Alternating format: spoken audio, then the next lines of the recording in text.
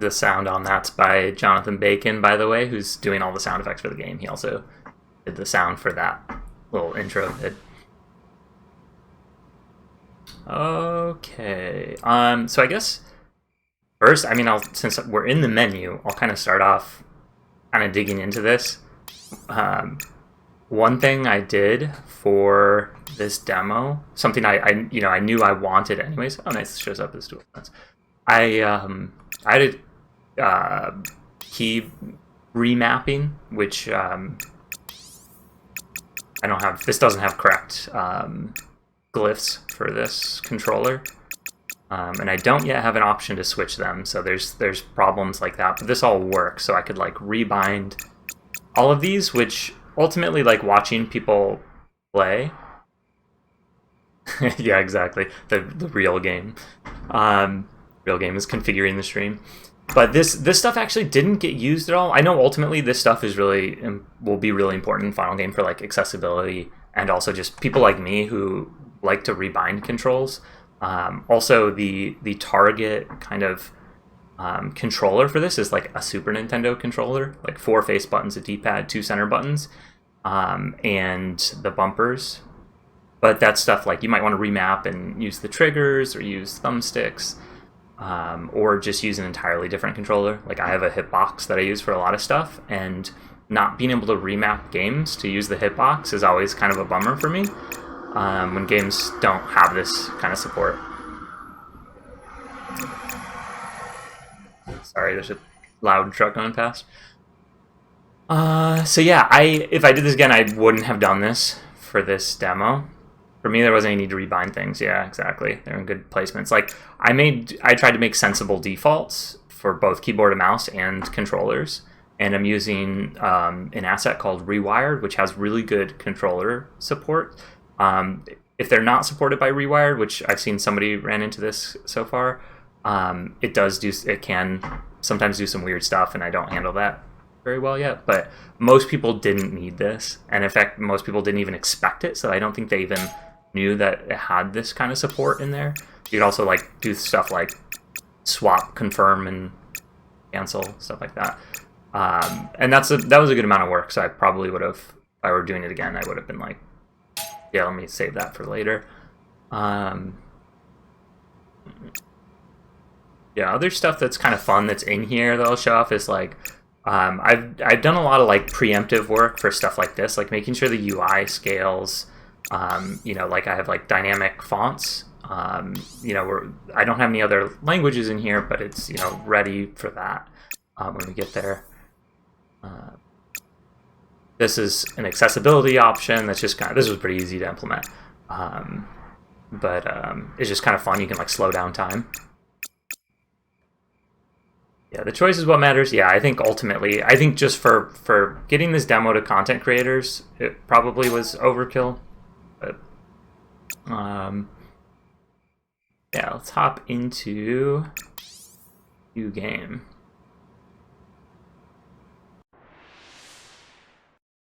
So this is all that whole transition is something that. By the way, let me know if the audio of the game is too loud. That transition and having this kind of like fake bedroom is something that I wanted. Mostly, not even for the demo, but this was something I needed for the trailer. Like I really wanted this transition from, the first time you do it, it's different. It's like kind of special. Every other time you do it, you'll see it'll kind of like fade to oblivion, like that. But the first time it does like a crossfade from the bedroom to Slumberland. And this area is kind of special where it like has the furniture here. So this is just kind of like your starting point. And yeah, I guess the best place to start for like what I designed is oh, thanks Hector Manuel. I want to. There's still more work to do in terms of accessibility and settings and stuff, but I think I have a foundation there that'll make it very easy to add more. That's kind of like, that's why I've been working on this game so long, is a lot of it. I mean, the art takes a while to do, but also just trying to make sure I had a foundation to build upon that was really solid and allowed me to do these sorts of settings that I care about. But yeah, so this is also for anyone who's not like, who hasn't seen the game or isn't super familiar with it. I think this kind of looks, you know, at a glance, you might think this is a platformer, like kind of standard level-based platformer. Hey, Slongo Bomb, thanks for coming in. This is actually a Metroidvania, right? So this is an open world to explore. So everyone knows in a Metroidvania, not everyone, but a lot of people know you go left first. But I kind of wanted to like buck that just a little bit. So if you go left, you hit this dresser, but you can go over it. And then we have the first secret right here, which you're locked out of right now. So the idea here was like, I actually expected more people to find this. This actually did not get found very often, so I'd probably, I think that's okay, that not a lot of people found it. I think the problem was just in making it clear how to get here later. Yeah, this theme is great. This is Pizza. This is Nemo's theme, which, you know, the music is all kind of like placeholder in the sense that this might not be the song for this zone. It also might change. It's kind of like we'll see kind of what we finalize on, but yeah, this is kind of just the loop that we found worked for this demo at least. Always go left, yes. So interesting that faded that, like kind of a hard black screen there. Something interesting you'll see here is like the camera. One of the flaws right now in the game that I need to fix is the camera. I kind of wanted it to make it entirely like player driven. Most camera systems use a dampening system to follow the player, but I wanted it to be kind of like, I guess you could call it deterministic, where like when the player moves, the camera moves. There are problems. Most of the time that works, but there are definitely problems. But some ways in which that I think it works really well is like when you find a secret, the camera will move based on, you can't see Nemo right now, but I'm tapping Nemo through here, so like the camera moves through. It looks like a transition, but it's actually following based on the player movement between those two screens. Yeah, totally by accident. I saw a lot of people just stumble upon it, which is awesome, because it's like, you stumble upon it, but it's like you're not done yet, right? That was the thinking. It's like, I want you to come over here and find this, and then be like, oh, cool. The idea here is like, this is a teaching moment of like, okay, there's gonna be secrets, and then like I might have to come back to stuff, right? So here's a gate. This thing was kind of rushed. Like I wanted a cute little lock on these doors, but I think the idea comes across that this is a locked gate. People seem to get that. So yeah, now you know you're on the lookout for some secrets. And then this is just sort of a tutorial area, right? Like it's, you know, oh, let's jump. Talk to Flip. Flip is gonna be with Nemo throughout the game. Kind of like a helper, which is, you know, kind of like also, you know, I think the Flip personality of being mischievous will come into the story as well, but mostly it's sort of like the Nemo sidekick. So this is very much like demo text, right? This is something that wouldn't be in the game. It's more just sort of like using Flip as a stand-in for me to talk to the player. Is it wrong when I start getting ideas for your game? No, I love hearing cool ideas for the game. So yeah, we jump up here.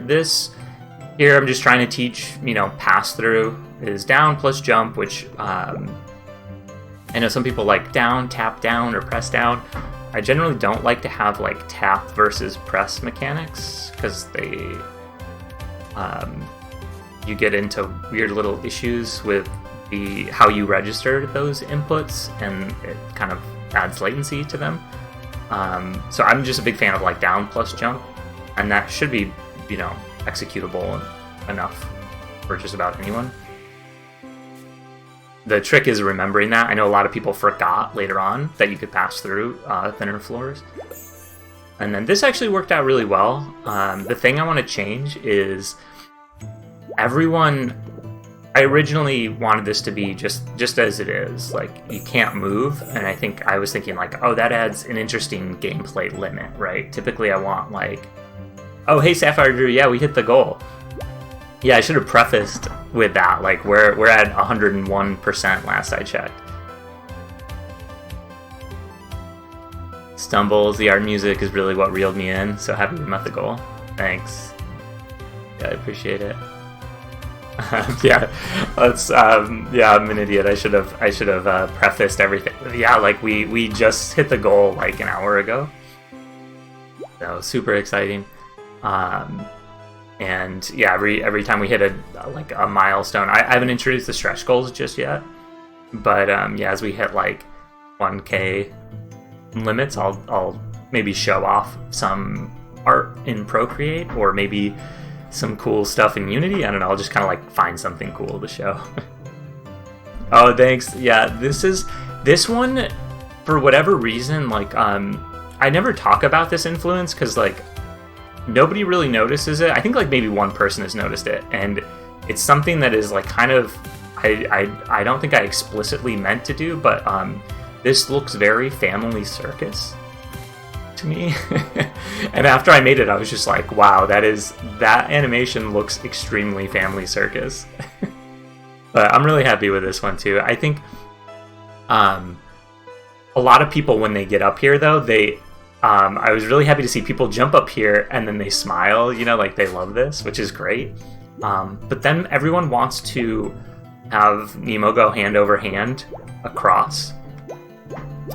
And so that's something I think I originally wanted that to be a limit. Like, you can't do that because my thought is like, oh, that's more interesting if you have to jump because it's different from walking. Whereas if you just press forward, that's just like walking, right?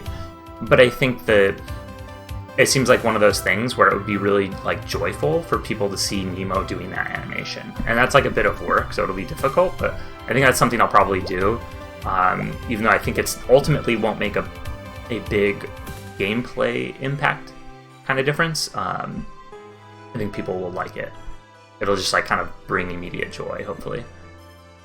Yeah, it's established platformer language. I think, yeah, a lot of games just do that, right? You grab, like, this is kind of the inverse of Earthworm Jim, right? In Earthworm Jim, you can go across, but you can't jump. So it's like a little bit different. And so this is sort of like you can jump, but you can't move.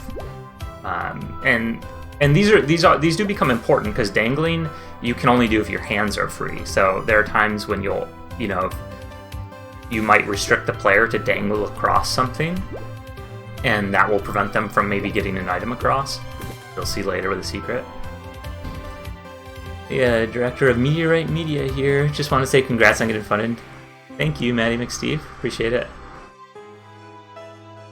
I wasn't even thinking in terms of platformers. I was just thinking of Kid and Monkey Bars. Yeah, and I think that's what a lot of people are thinking too. Is like, I think a lot of people approach this just like, oh, this needs to be like kid-like. What would a kid do? And it's like, yeah, kids love monkey bars, and they look goofy like this when they're cross. You know, they're like flailing their legs like crazy as they swing across. So that's, yeah, I think that's something I do want to add. It'll be a fun animation to make. A lot of work, but it'll be cool. Something else that like a lot of people don't notice but I'm like really happy with is you'll notice like if you're looking for it, as I move forward, the sky is going to start to get darker. Actually, it's you turn off VSync because it's actually flickering because of my G-Sync. Hi, Samus. Samus wants to come in, but I have the door shut.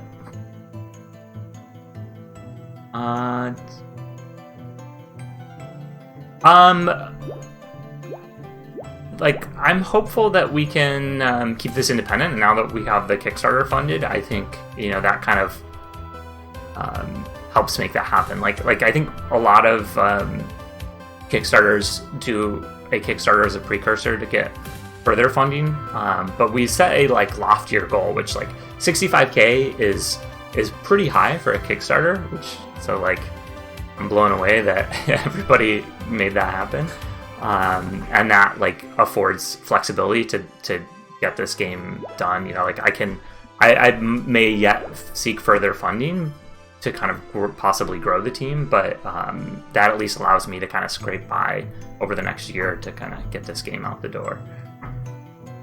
Samus wants to celebrate. I know. Maybe I could open it a crack, but it's a really nice touch. Thank you. So, independent forever. Yeah, I think a lot of people appreciate that too. Like being independent. It's kind of fun to the idea of like being able to learn the full pipeline. It's kind of scary because like learning about marketing has been quite a roller coaster. $14.99 backers. Oh, are we about to get the in-game instruction manual? Are you enjoying your time as game dev, or do you think of this as something you want to continue?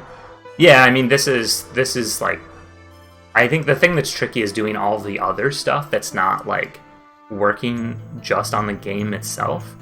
You know, things like promotion are just kind of like very much out of my wheelhouse. So it's more difficult. Like a lot of what I've been doing this year is promotion and like Kickstarter related, and less. I mean, I have done a lot of game like the Rocktopus boss I made, you know, in the last like couple weeks before the Kickstarter. So I have done plenty of stuff, but yeah, it's the game dev stuff is really fun. I much prefer this to what I was doing before, which was like app design, which is mostly just because I love games. We're still debating on our Kickstarter. Our game's expensive, so we're probably going to need fund at least a third of the game through Kickstarter and find a publisher.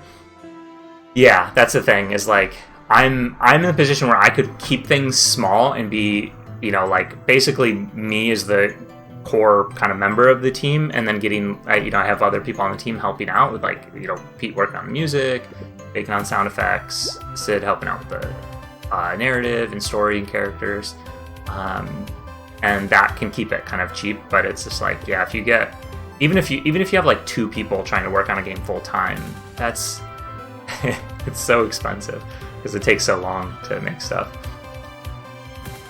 They're indie publishers.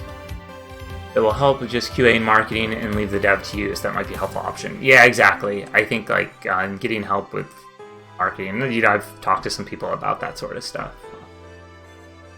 Publishers in general, IMO, tend to make everything worse, trying to change your vision, sacrifice quality for deadlines and cash grabs, imposing restrictions, etc. I mean, I'm sure that happens, but you know, I'd like to assume the best intentions of publisher while making sure to protect that. You know, like obviously it kind of depends on, you know, what your contract with that publisher looks like anyways, but I'm loving the consistency that comes from you doing many of the aspects of the game. Oh, thanks. Yeah, it's very, I think that's one of the nice things about being both the like programmer, like dev of the game, and doing the art, is I can do the art in a way that like fits this very retro, like grid oriented style. You know, things like these rocks right here, right? Like, they might look very different if somebody else did this art.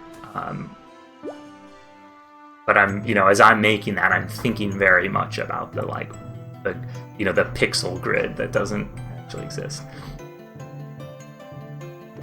Yeah, I'm sure there are great publishers out there, and I'll probably talk to publishers and see what kind of deals are on the table. But I think ultimately, like I like the idea of like learning how to get this out. But you know, I'm going to do what will be the best for like making sure this game is awesome, that I can get it out in a timely fashion, and that it will like reach the people that want to play it the best.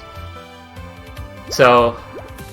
Yeah, this thing I was trying to show off, I got sidetracked, but by the way, I love these tangents, so let's keep it up. So this, you can see it's getting dark, and the reason is there is a, right now I'm in a new lighting zone. So this screen, and you can think of this whole world is made up of screen-sized chunks. And there's like a volume bounds here and going up to all the way up this like corridor. Always keep the rights to your IP and source code. Yep. This is a like sunset kind of theme. So you'll notice Nemo's darker. The lights kind of have more visible effect. The foreground looks a little different, and you can see that transition happen as we come back outside. And that's just a factor of like it doing a linear interpolation between these two lighting things, and then adjusting the global lights as needed, which I believe I got into this in an update where you can read more about that. So yeah, we start out without any toys, and so I wanted to the original like design intent here of not having any toys started really early. I was like, I think it'd be really cool if you could immediately start the game, and I don't want to spoil too much here, but I love the idea of being able to like beat the game without ever getting a toy, through like sequence breaking and sort of like secrets. And so I was like, well, if that's going to be the case, you need some way to damage enemies. And like if there's a final boss, you would probably need some way to damage them. And a fun way to do that is like with the octopus fight, where like you dodge, and then something comes out and you throw it back. And so I thought like I want to do the Mario 2 thing. And so I've had kind of like picking up and plucking as an idea for a while, and I just finally like got these turnips in. Actually, yeah, like just before the Kickstarter. Toyless any percent, yeah. So this is the tutorial part where it's like, okay, I need to teach players about picking things up and throwing them. Yeah, for sure. I love chatting. I had a lot of people help me out, and I'm gonna do a big shout out when I do an update about hitting our funding. But I talked to a lot of other people who did Kickstarters, and it was super helpful. So yeah, I'm happy to kind of pass that on. Those trails that spit out when the candy pops out were very directly inspired by Doom Eternal, by the way. Who cares? So like that trail effect. The Doom Eternal confetti when you kill enemies, I was just like, this is so beautiful. I need a little taste of this in Nemo. Guardians of Slumberland, his interpretation of Winsor McKay comics. Yeah, so this is, so like, yeah, I'm not a lawyer, but this is sort of like nobody could take this version of Nemo, right? Put this Nemo in their game. What was I gonna say about? I forgot what I was gonna say, but yeah, this is sort of like the first thing I want to teach the player is, okay, there's going to be things you can pick up, and later these will get more exciting. For now, it's just turnips, you can pluck things out of the ground, but later, you can expect like plucking bombs, there's going to be a lot of Mario-inspired stuff in here. But I want to do something I haven't talked a lot about is like different blocks that maybe like bestow different abilities while you're holding them, different items. That's what I was going to talk about. So it might strike some people as a little weird that you pluck with the use button or the interact button, but then you throw with attack. And part of that is the reason I want to make that more clear in the interface. Possibly when you pluck something, have an interface down in the bottom right that shows all the options for the thing you can perform. So one thing you can do is you can set these down. And that's with like your kind of cancel button. Your cancel button sets it down. Steph Roger point out I should probably do like down plus throw to set down, which I like. And then attack is like your default for throwing what you're holding. But some items you'll be able to use while you're holding them. So the interact button will be used for that. That's why it's like a little awkward that it's not all one button. But I noticed nobody seemed to have trouble with that while playing the demo. It worked out fine, so I'm happy to see that. Even though I'm like, this is like pre-designing for stuff down the road, it still worked out okay. Yeah, I accidentally yeeted too many things and wanted to place down. Yeah, like that to me this made sense, but yeah, it makes total sense. That's why I love getting that kind of early feedback of like what makes sense for other people. Like also like originally I had control as attack on the mouse and keyboard stuff, so switching to mouse and keyboard here. The control is attack on mouse and keyboard. That was what I thought felt nice, because then I bound the defaults for keyboards. They all work one-handed. But a friend of mine, an old high school friend, was like, "Oh, I use left click for that stuff." And it's like, awesome. I'll make that an alternate binding then by default, because that's the sort of thing that's not how I play these sorts of games. So it's nice to get that feedback. So this is a mechanic I'm really happy with, which is you can't grab stuff. Everyone seemed to understand this innately, which I was happy with, which is Nemo's hands are full. You can't grab this now. So you need to drop that. This feels like such a polished demo. How long have you been working on this for? I've been working on the game for over 3 years now. The demo the demo has been kind of rushed together. But that's in terms of like this world's layout. I kind of put together in the last like 2 months before the Kickstarter. But this represents a lot of work over a couple of years, and that's why it kind of has like a polished feel. It's like it was a little tough getting this across to content creators. Like it looks and feels polished, but like there are a lot of rough edges gameplay and like UX wise, because I didn't user test this at all. Sorry, all the streamers that played this.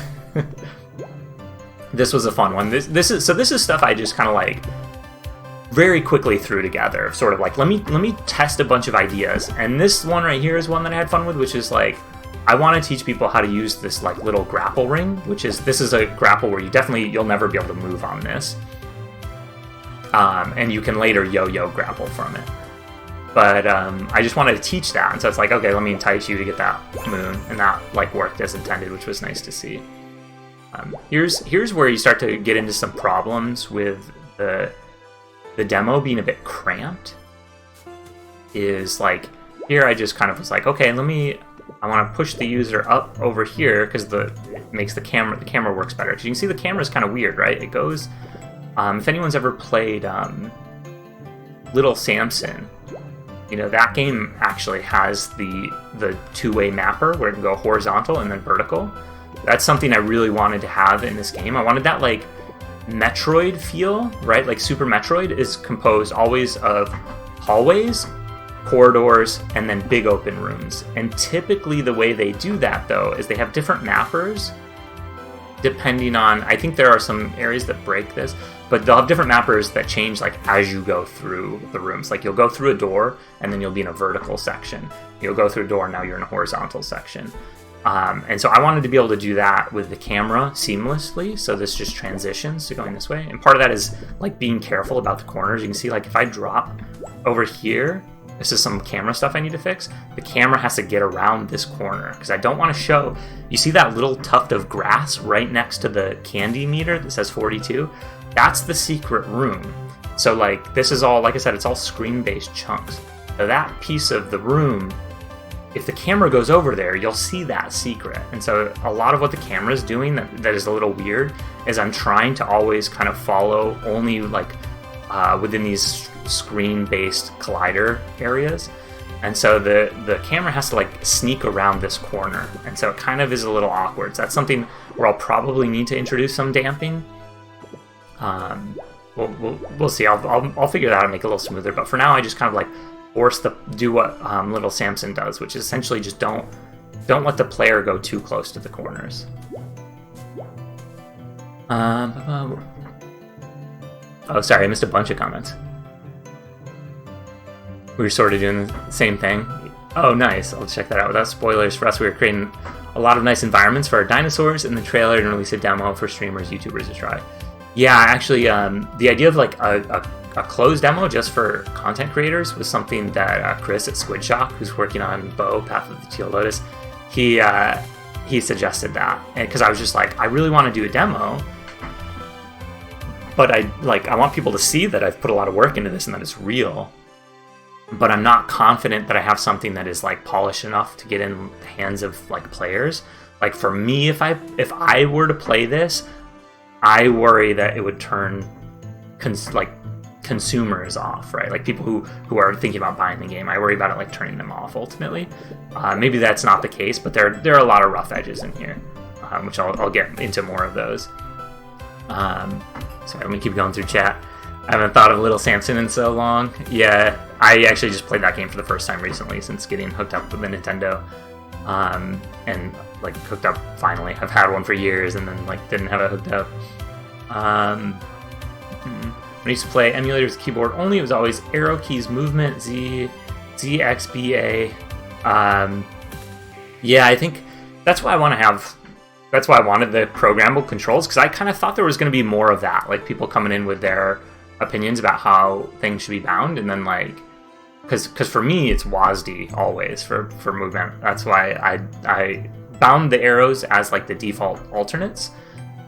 But you know, it's like some people want like ZXC and arrow keys and JKL and WASD. So yeah, I was kind of surprised I didn't see more like keyboard rebinding. But yeah, more.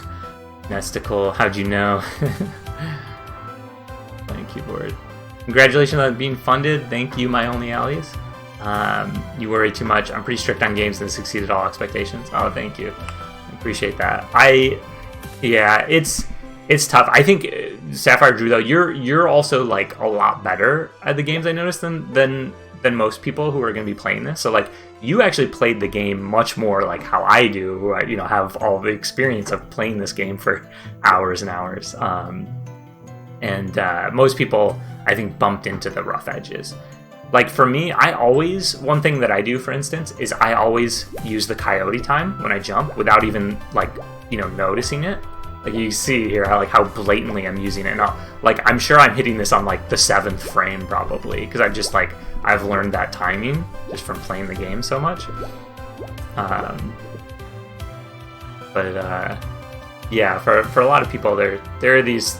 I'll point out some more of the spots that really stood out. But this is kind of the start of where, you know, I want this to be another cool corridor. I was trying to kind of show off the camera, kind of moving up, and I was like, okay, we're gonna go up, and now we're gonna go left, just to kind of highlight, like, hey, this is like not a linear platformer. I want to show like you're looping back now, like towards the direction you came from, and then it opens up a little later. But first, I want to give this puzzle. But this is like I put Nemo in this little corridor here, which is pretty tight, and to kind of avoid the corner.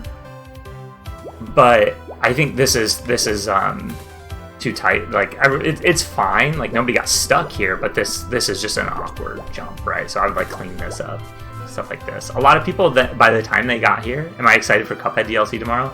Yes. I probably won't get it right away, but I love Cuphead. So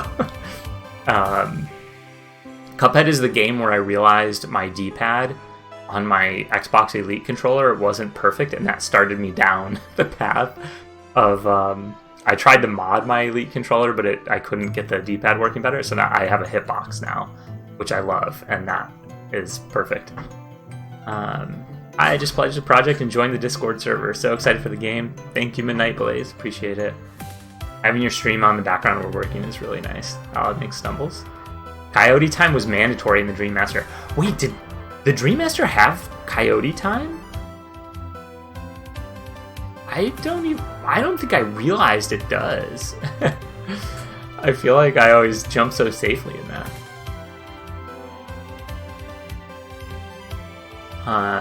Oh, did you not notice Guardians of Slumberland had Coyote time? It's kind of funny. It is a fairly strict Coyote time. I think 7 frames of Coyote time is what I have. Favorite stock D-pad? Honestly, I like Super Nintendo controllers. My favorite stock D-pad, I think. Yeah. I want a good D-pad. I've never seen my dream D-pad before, which would be a D-pad with mechanical switches. I see a lot of mods for controllers where they swap out the face buttons for mechanical switches, but it's like, no, I want it, like, the D-pad is like those are the most critical buttons for me, so it's like, I want mechanical switches, and I couldn't find that, so I ended up getting a hitbox years ago, which is, I'll have to show, maybe I'll show that off if we hit a milestone goal and anybody wants to see that. It's Dragon Ball, I never watched Dragon Ball Z, but it's the sequel series I watched. I really enjoyed that, the one with Beerus. So I was playing a lot of Dragon Ball Fighters at the time, so my hitbox, I made some art based on the like manga themed ending credits stuff in Dragon Ball Super. Yeah, that's it. Do you suggest playing the game with a gamepad over mouse and keyboard, or you try to make both experiences similar? Whatever you're comfortable with. Like, my goal is to make it fun for both. I mean, obviously keyboard, like, the goal is to make this like a baseline digital inputs, right? So you can use analogs. Like, if I use analog, I'm pretty happy with how that feels, because I know a lot of people do like to use that. And so I spent some time making sure that that's kind of like good defaults for analog. But digital is my go-to. Like, I want to make sure that digital is really supported. That's something I really like in games. It's like, why, as much as I love Smash, I'm always a little bummed that it's not digital inputs. A D-pad with mechanical switch is a dream, right? Like, somebody please make that. I looked for mods of that, and I couldn't even find like somebody doing mods for it. I really like this, the DualSense. It's a great controller, great D-pad and stuff. But yeah, it's just the rubber domes fail eventually. The Elite has really nice mechanical metal switch domes, not domes.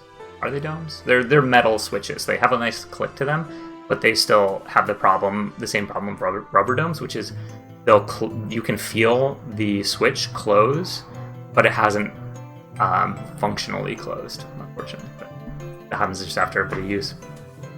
So this is the first, I think, big problem I ran into, which is people would forget that you can fall down.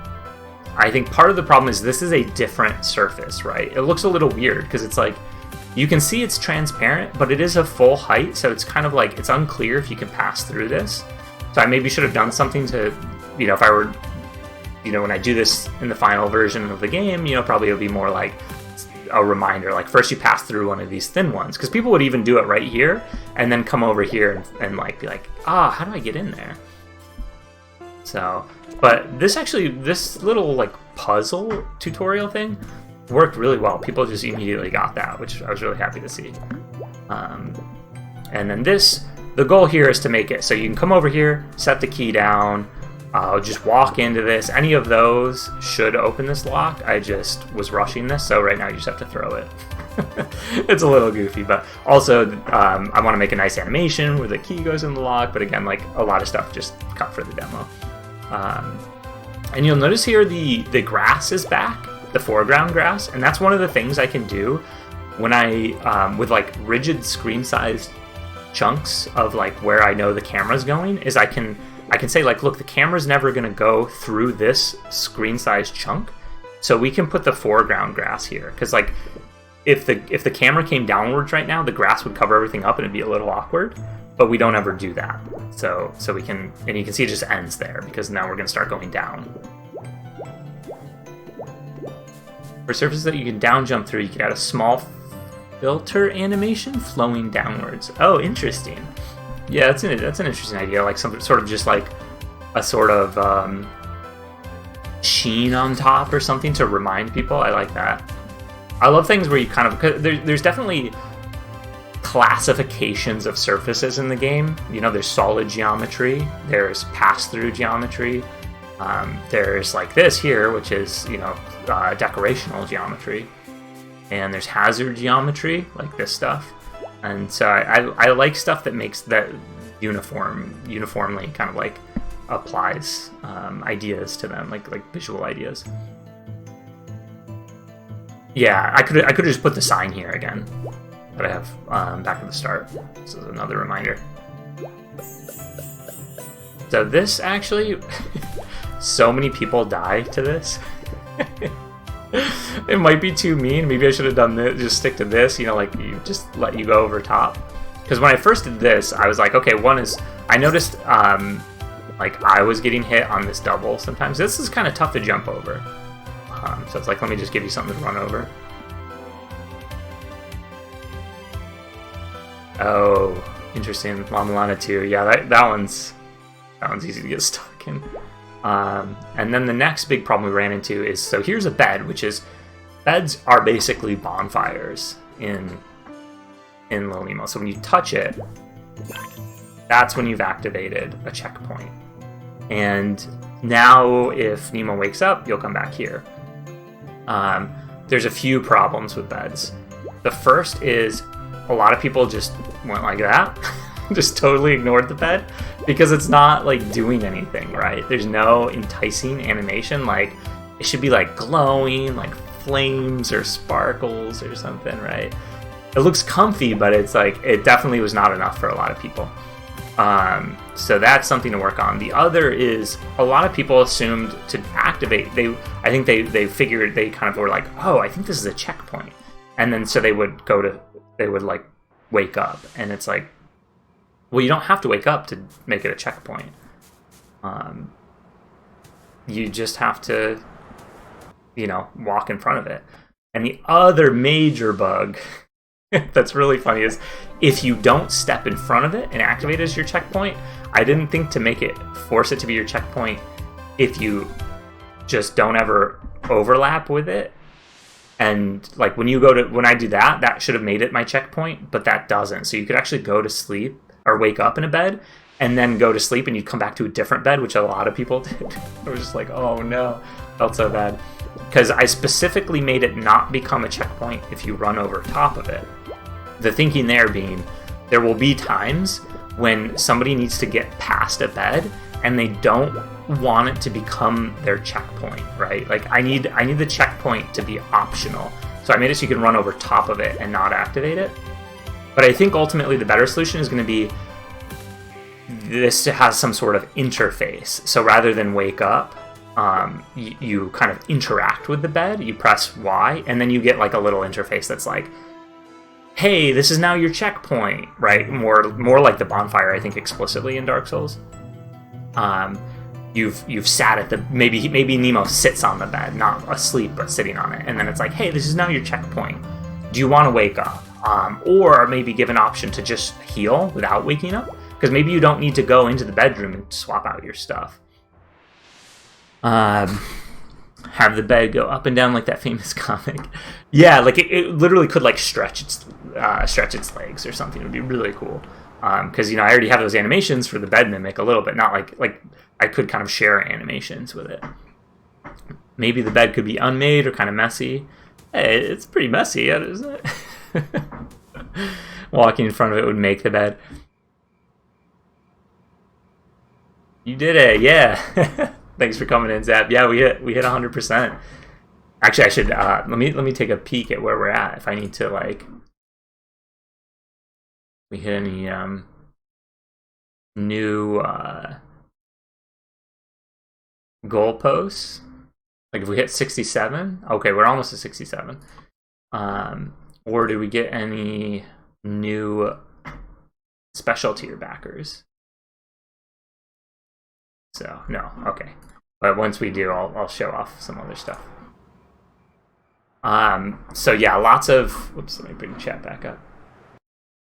Hit 1,500 backers. Oh, nice. We got the in-game instruction manual. I'm really excited about that because so there's kind of an in-game instruction manual. Right now, we have this, which is Nemo Starter Kit. By the way, this this UI is not finalized. Oh, I'm gonna hide myself just for a minute so we can see the screen better. Sorry, I'm blown up. This UI is not finalized. The outline is obviously like very difficult to see at the moment. It was just kind of like good enough. I'm really happy that I got to bring the sheen, which started with that Kickstarter about the game animation on the Kickstarter page. this is just sort of like a holographic sticker effect, and that the idea of that is I just want to show everything that's interactable. So if something is interactable on the page, it gets that sheen. And you'll notice actually the health is interactable as well. I don't think anybody actually did this, but this is something I really like. Is just like I love explaining systems in game, because like I've played a lot of games where I want to know about something, and it's kind of a bummer to go Google it. Like I just want the game to have that in it, and so that's why I'm really excited about the instruction manual. Like I've got a little bit of that baked in here, right? Like this explains the health. What happens when you run out of health? What is this? What does this meter do? Like you can just go hover it and go see what it does. And there's also a slot open kind of just to the left here, which is for something I haven't talked a lot about, which is armor. The upgrade in this is like it's little strange, but like I like the like small integer design philosophy, and so in that, with that in mind, the goal is to keep Nemo will always have 3 hearts. And what will change is enemies will do more damage, and you will be able to get armor, which reduces that damage. But you'll still only have 3 hearts. That way, even if you're back in like, because it's a Metroidvania, I need to account for people going back through areas they've already been through. They're maybe a little less challenging, but I still want to make sure those players are kind of like keeping on their toes. So you should still, I still want you to take 3 hits and that's it. So, but like, because a lot of games, it's like you're coming through, you have 1 billion hearts. These monsters don't stand a chance. I want a little bit of that, right? Like, oh, I'm so much better at the game. I'm just like destroying this area, but it still should be challenging enough to keep you on your toes. So that's that system. I haven't really gone into that, but that you'll get defensive sort of like armor, and likely there will only be 2 upgrades to that. Maybe 3. So you'll collect those in parts. You'll probably get like quadrants of the armor. And so that's going to be another major collectible in the game. The UI is so adorable. Thank you. Get some serious Kirby's Epic Yarn vibes. Yeah, I wanted something. It was sort of like, okay, I've taken a lot of, I put a lot of time and effort into making sure that the game, Nemo's always visible. The player is always on screen, right? Even when you're transitioning scenes. When you die, Nemo is there. You're not in control of Nemo. But I wanted... It kind of ties into, like, I didn't want to do Metroid-style doors that you go through. I just kind of wanted to get that thing that, like... 3D open world games, not even open world necessarily, but stuff like Dark Souls, for instance, where you're always in the world. You're like always there, right? Like no matter what, there's no like game over screen. And so even if you're not in control, you're just always moving Nemo through Slumberland. The thing with these UIs is like, okay, I have to sometimes break character. This map's entirely fake, by the way. This was for the trailer. This doesn't represent any real content, but sort of like an idea of what I'm imagining the content to look like. This map presumes there's so many tangents. This map presumes somebody has explored some of the the green area, which is probably the Dreamspot Plains, some other areas.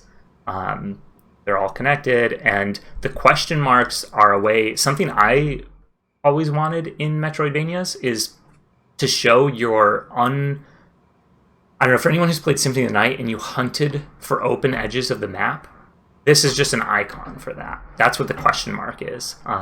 It's not an objective. It's and maybe that's a little unclear, something I could work on. But the idea there is like, here are all the areas where you got to somewhere and you like either couldn't go any further yet, or you just didn't. That's an edge to the map that is unexplored right now. So yeah, this is sort of proof of concept. Also, like, little icons like, hey, there's a one-way, so like don't go through there unless you don't want to be able to come back. Where you collected stuff, where beds are, because beds are important. But yeah, so I have these screens where Nemo is not, you're like out of the diegetic space. And so I needed to make sure that was like still in like a different kind of diegetic space. So that's why it's like, oh, this is like in Nemo's bedroom or something. So yeah, we gotta have little sticker books and stuff, and then kind of like, I'm a little worried this page is like a little too cluttered and noisy, but it's like it's like cute, right? But it's like super cluttered.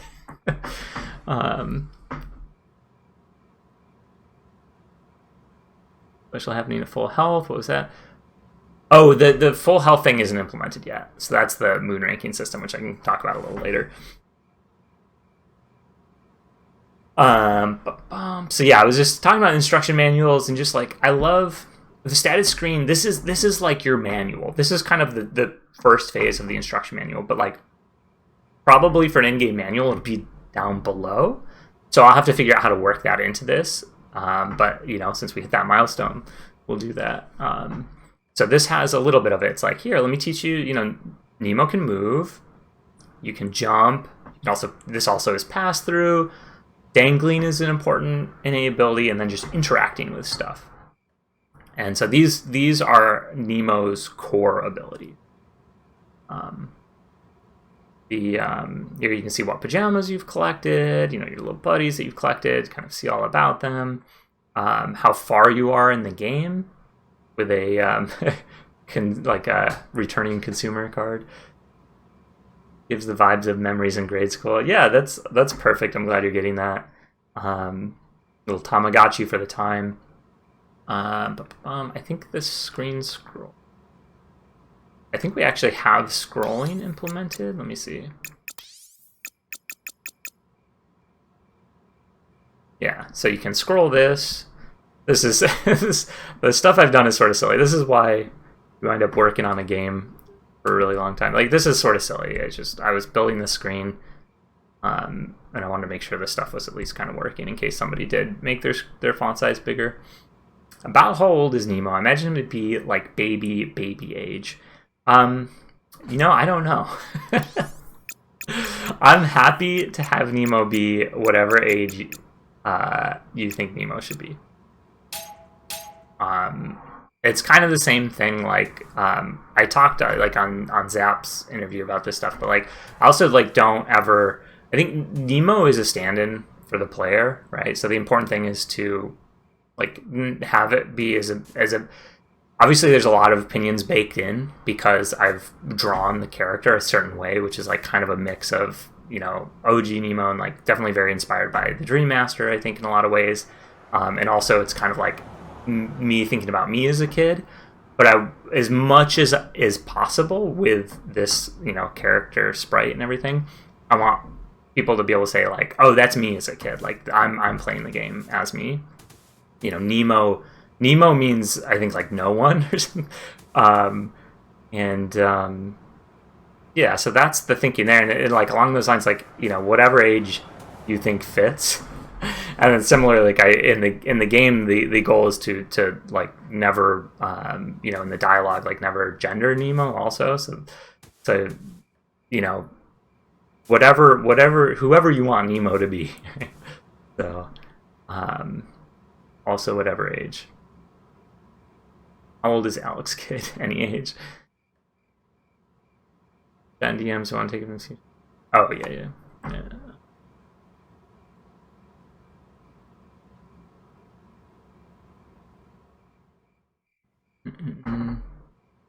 Yeah. So, what was I? Instruction manual. We got the instruction manual. Oh, here's something that wasn't too super clear. This is so the whole point of the bedroom was like the earliest scene I made because it was like, okay, this is an important scene for me.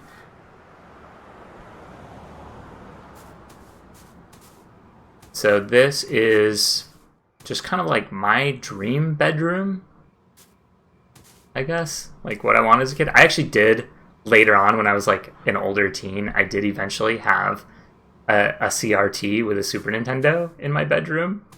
Not as a kid. I mean, it would have been a Nintendo when I was Nemo's presumptive age.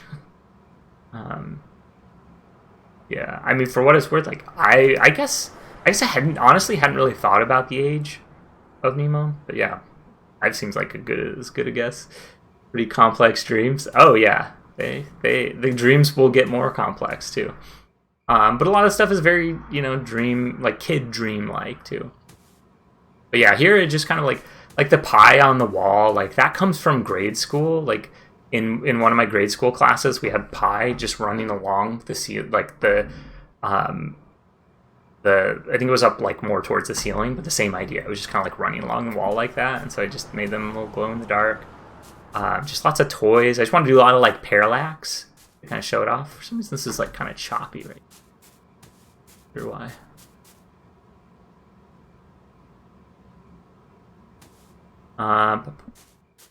Yeah, these are the goal of the bedroom is to like change your kit. So swap your PJs, swap your little buddy, which those things are not implemented yet. But you would, so that was all one big long tangent about fixing the beds, because you don't always need to go back. Going back is something you do when you need to change your kit, which, if you died, maybe you do, right? Maybe you need to swap out your PJs for something safer. Wake up, yeah. So here's the first time the camera opens up into a larger area. So here you can see we can move the camera in all directions. Ultimately, I made this room too small. I tried to cram too much in here, so it like kind of was a problem. The one thing in here that I'm really happy with is this secret worked out really well, which is like there's no indicator here, but this wall is passed through, which is like a fun little thing. Nemo's always in front of the geometry, you can see, but when we pass through, goes behind. Very like Mario 3-esque. But I put this candy here so that people would chase the candy that goes to the wall so they can find this. And that actually worked out really well. That was super effective. The problem is that was like too effective, and so everybody found this key, but they hadn't yet found where it goes. So I did not think this through. So now everybody's running around with a key, right? So they're just like sniping everything. Kind of OP. They can use this to like jump around. Awesome. Everyone's like figuring out it's like they're like, oh, I can toss this up here, okay. Super Mario Brothers 2. Yeah, very, very inspired by Mario 2. I'm a huge fan of that one. And it's like it's kind of like I have to do that because it's like it's about a dream, right? Like, yeah, the Mario 2 ending theme was like in the inspiration board for Nemo's theme. So like the music that's playing right now, obviously it doesn't totally sound like it at the moment, but you can hear it in the trailer version where we start with the music box. So he's objectively the best weapon in the game. Yeah, it's OP. So here's a big bug in the game.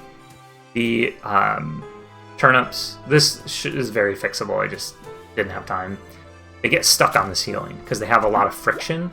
The reason they have so much friction is I just wanted them to like stop when they land on the ground and not slide. But it made this I killed the snake too early, but the snake is very difficult to deal with because you walk in here like, let me throw the turnip at it, and that just happens. It's just like, I was really annoyed. And then they get through, everyone damage boosts through the snake. They come over here, and then guess what? For whatever reason, I don't know why this is happening. This grass is busted, and most of the time you can't pick it up. There we go. I think it's like a floating point precision error. I think I just didn't make the, I probably accidentally moved it or something, but yeah, most of the time you can't pick this up. And then this is tough. This is actually a tough throw, because if you jump and throw, the turnip will hit the ceiling and stop dead. You just have to like stand in just the right spot.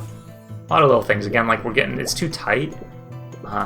This jump is too hard. You hit your head, right? Like all sorts of little things where for me, I'm coyote time jumping all the time. So like I don't even notice this. Everyone bonked their head. And then the other thing is like nobody knows the height of the jump yet. So when they jump, bonk their head, they don't do that, which is what I do, right? I'm like, oh, it's exactly 3 units. Nemo always jumps exactly 3 units high. Everyone comes back up and tries it again. Maybe they make it on the second try, maybe the third try.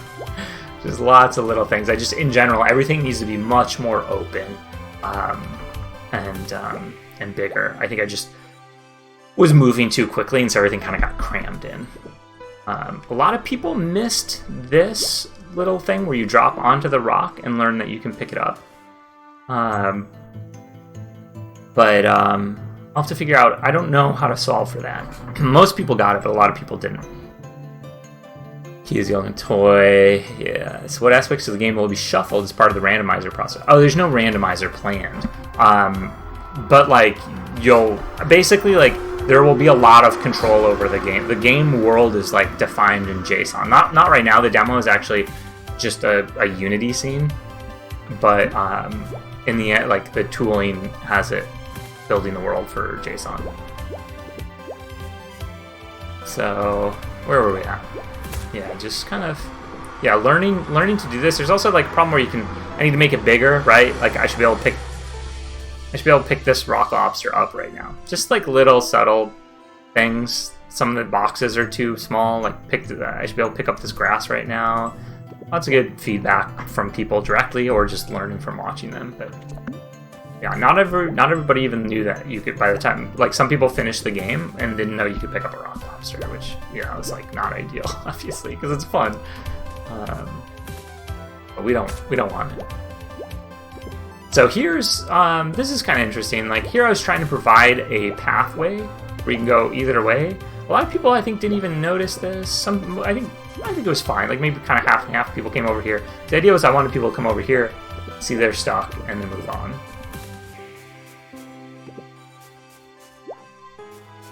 I could have sworn I read, but that's on me then. Oh, I was talking to somebody about a randomizer, but I was just saying it would be randomizer friendly.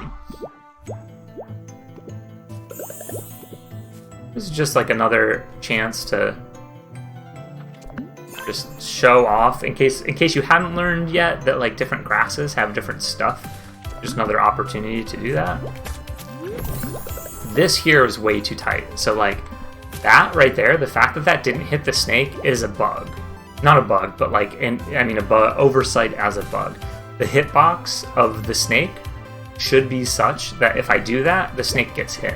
And most people can't jump over the snake like I just did. That's another thing. Like for me, I'm like, okay, I can jump over the snake. But this ceiling is too low. In general, one of the things I learned is like one of my notes is just like never make hallways this height. This is like the worst possible height because you just always bonk your head. There's a new PC. Handle coming to the market. Steam Deck. Oh yeah, I'd love to hear if anyone is able to get this running. I'd love to hear how it runs because I don't have a Steam Deck, but I'm excited for it. A cool tech you can do is you can pluck and then buffer a jump, and then the coyote time will kick in and let you jump even though you're not on anything anymore. Like that. So you can get. I actually really like that. That was unintentional, but it's good because.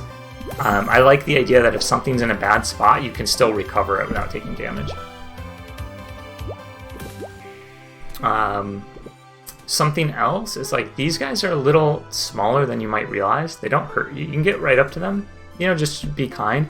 But I think what I didn't appreciate is people would be scared. So here, a lot of people are thinking like they don't know you can do that or that. Here's where the camera's being a little weird again. Shrunk his hitbox. Well, I don't think it's...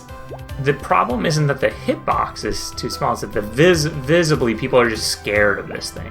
Which I think is okay. Like, I want that. I want it to be kinder than it is. But I think I just didn't appreciate that people would be so scared that they wouldn't go up here. And that they feel they have to kill it. Which I think is fine, but it's just interesting to see. Like, nobody tried to squeeze past it. Or fewer people did. Here I was happy that the camera kind of guided left mostly. And then I wanted people to come over here. And I was like, okay, they come over here, get the checkpoint. A lot of people saw that and just came this way. And then engaged the boss. Here you can see it getting dark again. This is a different lighting scheme. But it's the same idea.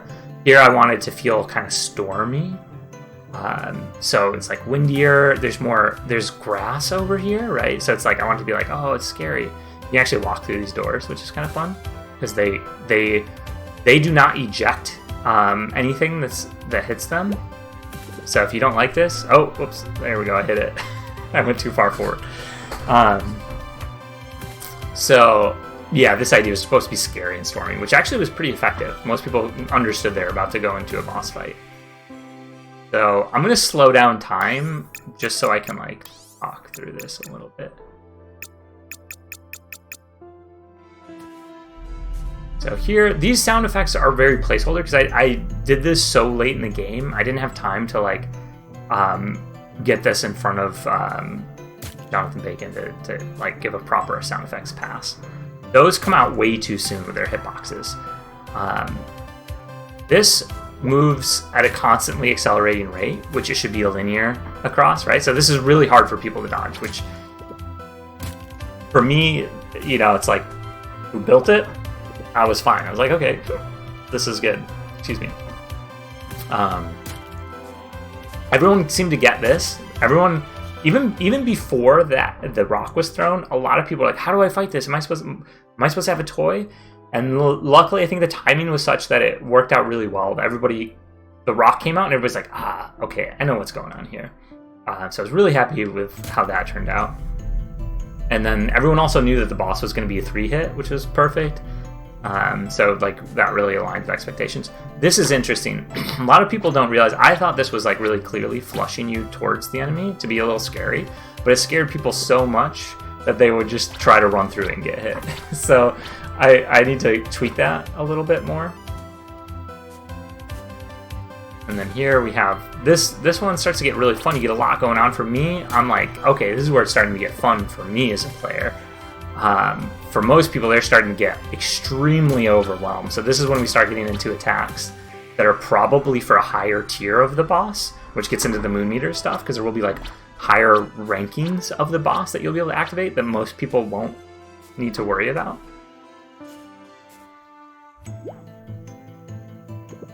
So here, I don't throw anything. Right now, he's not going to block the attack. But he will on the third phase, which is a little mean. So this whole third phase is so mean. So first you get this right away, which is tough. It's like, this one's not too bad, right? You just run forward and jump. It's a little scary, especially if you haven't figured out the waves.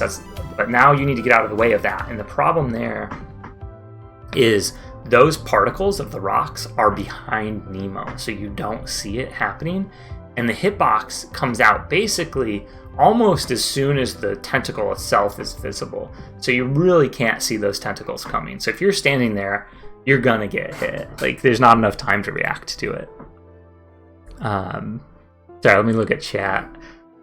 I wonder how you shrunk Nemo's hitbox. Oh, referring to the cramp feeling. No, I think the problem there is like, it's because everything's like very, I like that Nemo's exactly 2 units high and 1 unit wide, and he fits into this world that is built of these units and like slots into like 1 unit crevices or too tall. I think I just need to be careful about how cramped it is. Like, sometimes it's okay to throw Nemo in a little area where you can't jump at all, but most of the time you need more room to breathe, and that would also give the camera more room to move around and stuff, and ultimately would just like benefit both things. Yeah, Key's so far away. Purple tentacle with an octopus hurtbox. Yeah, this is very, very Dave the Tentacle inspired, for those who don't know. And actually, I don't know if my friend Cecilia's in the chat, but it's like non-directly inspired by a like plushie wall mount that she had of like, she had this tentacle plushie, and I was like, that's so cute. So I put that on Nemo's wall, but made it Dave the Tentacle themed. And then that became like, I was talking with Sid about like, like how do we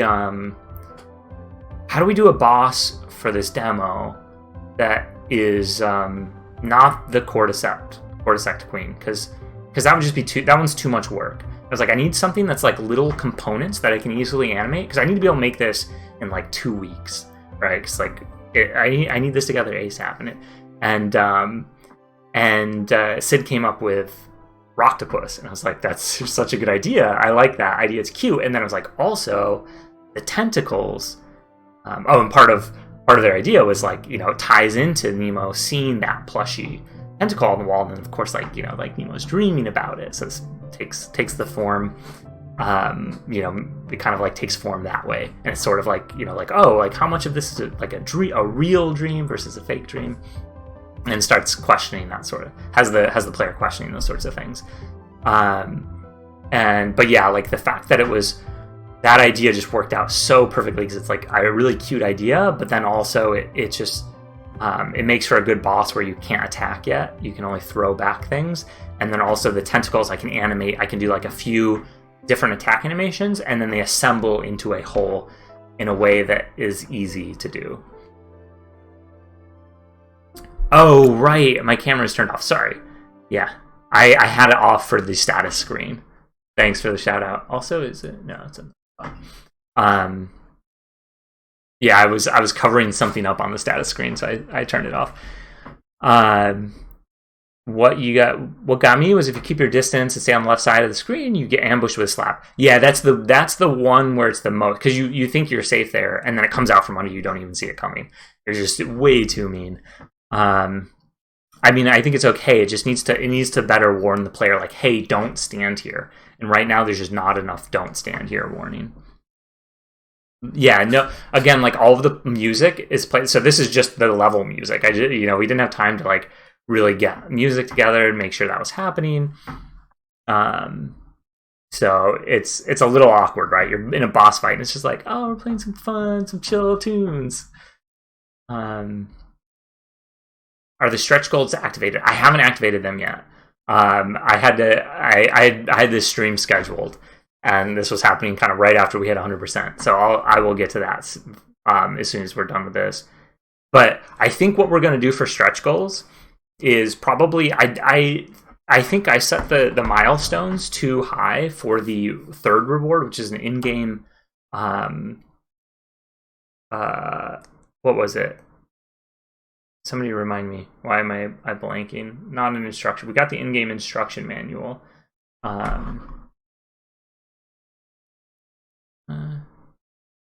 I'm going to check it real quick. Art book, the in-game art book. Yeah, and I was thinking that also kind of ties into an in-game bestiary where you can like see all of the creatures and bosses and everything, like see a little bit about them and read about them. Like I love that sort of stuff. It's really fun. So it's like, okay, if I'm going to do sort of this other interface anyways, I can maybe tack that in there. So I think instead of that being a reward, I don't think we're going to be able to get there with reward 3. I think we're more likely get a small stretch goal. So I'll probably do like a kind of small starter stretch goal, which maybe we'll hit that like before I finish this. Let's see how we're doing. We hit 67,000. If we did, I need to show off some stuff. Back it up. What? Oh no, is Kickstarter busted?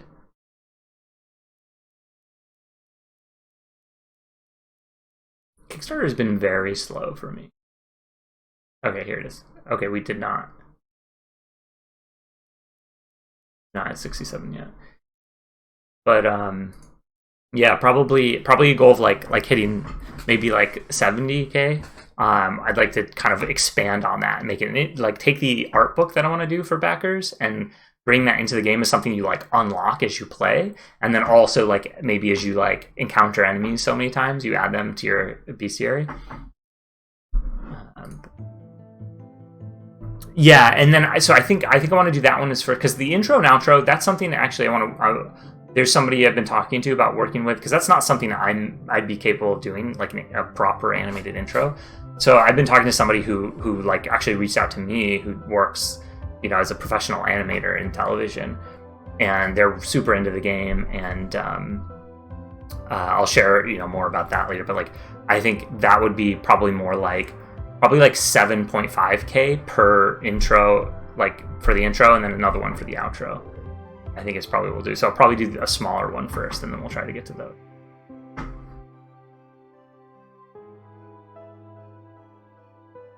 It's in general, Kickstarter has been slow for everyone lately. Okay, yeah, I figured it probably wasn't just me. Also, I just want to. I'm really happy with this. Is something like where you can see my. I didn't talk about this earlier when in the menu, but you can see my like app designer brain where I made collapsing menus, like do this, which I'm really happy with because it actually, let's see. I don't know if I have a menu in here where it like extends all the way, but it'll like kind of nicely go to the edge and then stop, and it all scales nicely to whatever content I need. Might be back end. Yeah, it's probably back end. It did. I refreshed it again and it came back, but yeah, I'm also like the dark glass effect is obviously clearly very inspired by iOS, but I really like that sort of look. Gotta jump off. Thanks for the stream. Yeah, thanks for coming in, Steve-O. Appreciate it.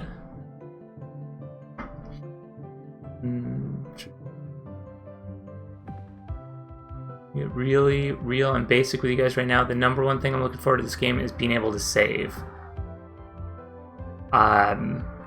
You can save now.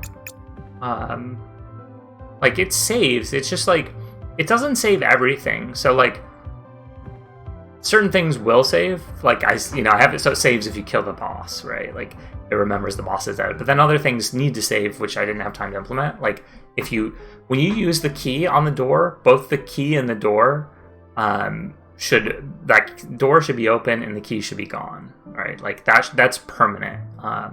Right now it's not permanent. Winnie the Pooh. Yeah, maybe we should sneak in a Winnie the Pooh, like maybe just like a public domain kind of like shout out bonus secret screen or something. My point is, in the original Nemo, there was no way to save, and I had to start. In this versus yeah, the original Little Nemo's pretty brutal. Like I just had to sit down and play through it, right? Like, because especially if you're playing on that, like on hardware without a save state, it's kind of tricky. Anyways, I'll get back to this fight because there's more to talk about. Like I know we talked about the hitboxes coming out too early. This one's really tough. I was like, okay, let me amp it up. This was too soon, but like you have to do that to get through it, and then you have to know that that's about to come up, and then like jump out of the way of these. Way too hard. Like, maybe you could keep that, or a rank 3 version of the boss if it better kind of indicates that something's coming up. But here, a lot of people also the Rocktopus blocks the rock there, right? I think most people knew that might happen, but it still was like very mean because that's the hardest thing. Then to have to survive that for another wave, just to teach you that can happen, is just like you're supposed to be done with the fight anyways. It's just like it's really mean. So yeah, very mean boss fight. Little Leo plays cat and go through cat dreams.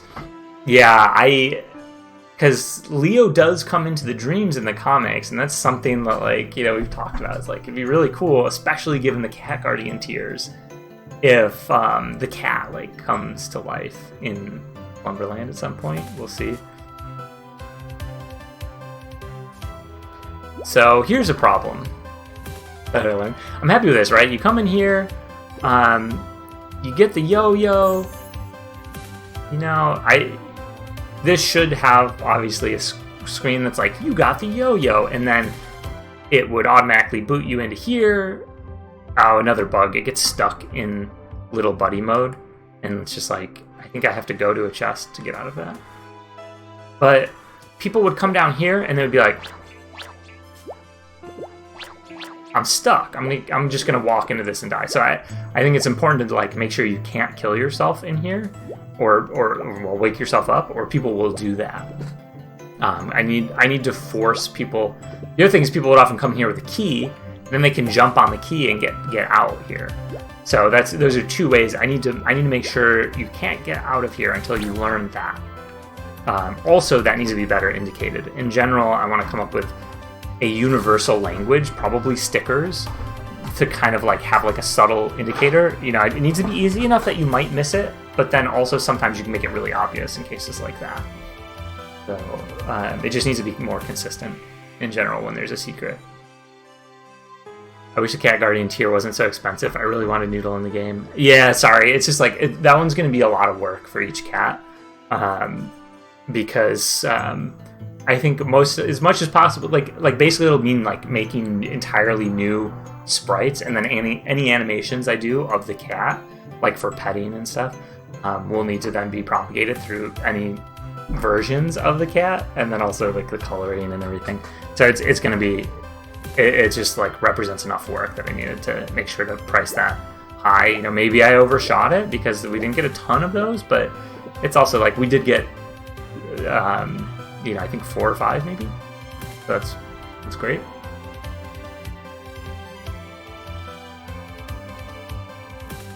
The Winnie the Pooh topic. A lot of people then missed that. I tried to like just do this again so you'd immediately spot this, but a lot of people missed that because I wanted you to see like, oh, I'm back here. And then also I think a lot of people maybe just didn't even realize they had looped around. And I think that's where the map comes in. Like I want people to be able to like hit the map button and then like be like, oh, okay, like this is, having a map is going to make a huge difference, right? The trick will be I'll have to of course make sure people understand how to use it. But, you know, like ideally you'd understand via the map, if you didn't already understand, that you looped back around. And importantly, not only that you're back here, but now you're back here with a new tool, and you've learned that it can break things. Oh, yo, what's up, Pete? 100%. Let's go. Thanks for coming in, man. Did you work out the budget based on per asset or per hour?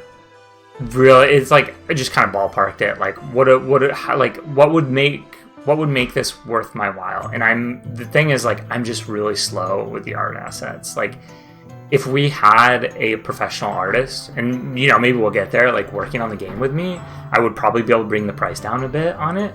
But like assuming it's just me, I was just like, I don't know, like 1,000 seems like a good break point. So that's kind of where I was at. Whoops. Why is it? Oh, that's an ad. I thought it was a... Gonna bounce so I can wrap up some things for tomorrow. I'll tag you later on it. Oh, thanks, Zap. Thanks for coming through. Looking forward to watching that video. I did an interview on, well, Zap interviewed me, so that'll be going live tomorrow. To be fair, we were thinking about choose a dino in the game. But we need a plan. Yeah, you just gotta, I don't have any good advice for that stuff. I try to be really careful about how much work I was biting off myself. Because the thing to keep in mind is like, my timeline to finish this game, to try and get it out by next year, the end of next year, is assuming just making a game, right? And so, if I'm suddenly making all of these other assets, that potentially, you know, it's like, how much is that gonna blow the scope out of the water? So, you know, I tried to make sure it was stuff that wouldn't be too bad. It's like stuff I would want to add to the game anyways, but like allow the backers to choose what that is. So like, it's like, oh, I kind of want more toys in Nemo's room. Well, like, let's let the backers decide what those toys are. Hey, Spirit Buddy, thanks for coming in. In a COVID economy, 1K from a single backer is prohibitively expensive. Yeah, I mean, it's gonna, yeah, exactly. It's gonna be different for everyone. So it's like, I definitely, it sucks. Like, I wish I could like, you know, I try to keep a range of stuff, right? So like, it was like, we had the Cat Guardian, and I wanted people to be able to like still have their pet in the game, and like 150 sounds more like I think that's probably the most I've ever spent on a Kickstarter is like 100 or 150, for like something I was like really excited to help make happen. And so I think that's where most people are going to, like, their spending is going to cap out. So it's like, okay, I definitely want something there for people to get their pets in the game. So yeah, 1,000 is for, like, you know, huge shout out to the people that are willing to donate at those tiers. It was kind of tough being like, what even, you know, like, assuming there's people out there that are going to back at those tiers, like, what can I offer them? I need some water, sorry, 1 second.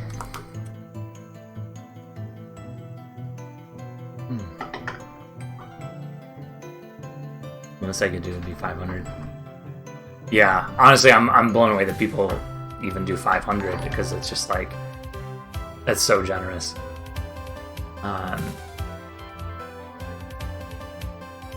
First time chat from Weezy. How did you land on the budget for a game? Seems like a light budget.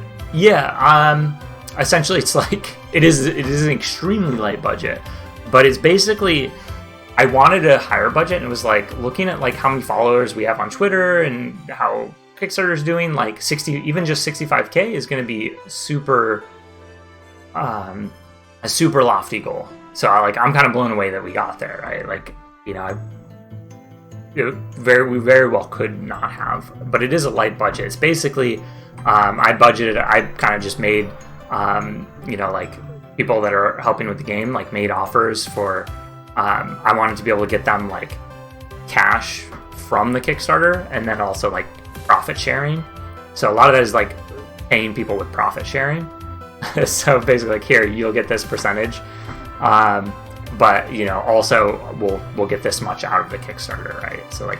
So the budget is like some cash up front for the work done, and then like, but it's basically like enough for me to kind of like scrape by for a year.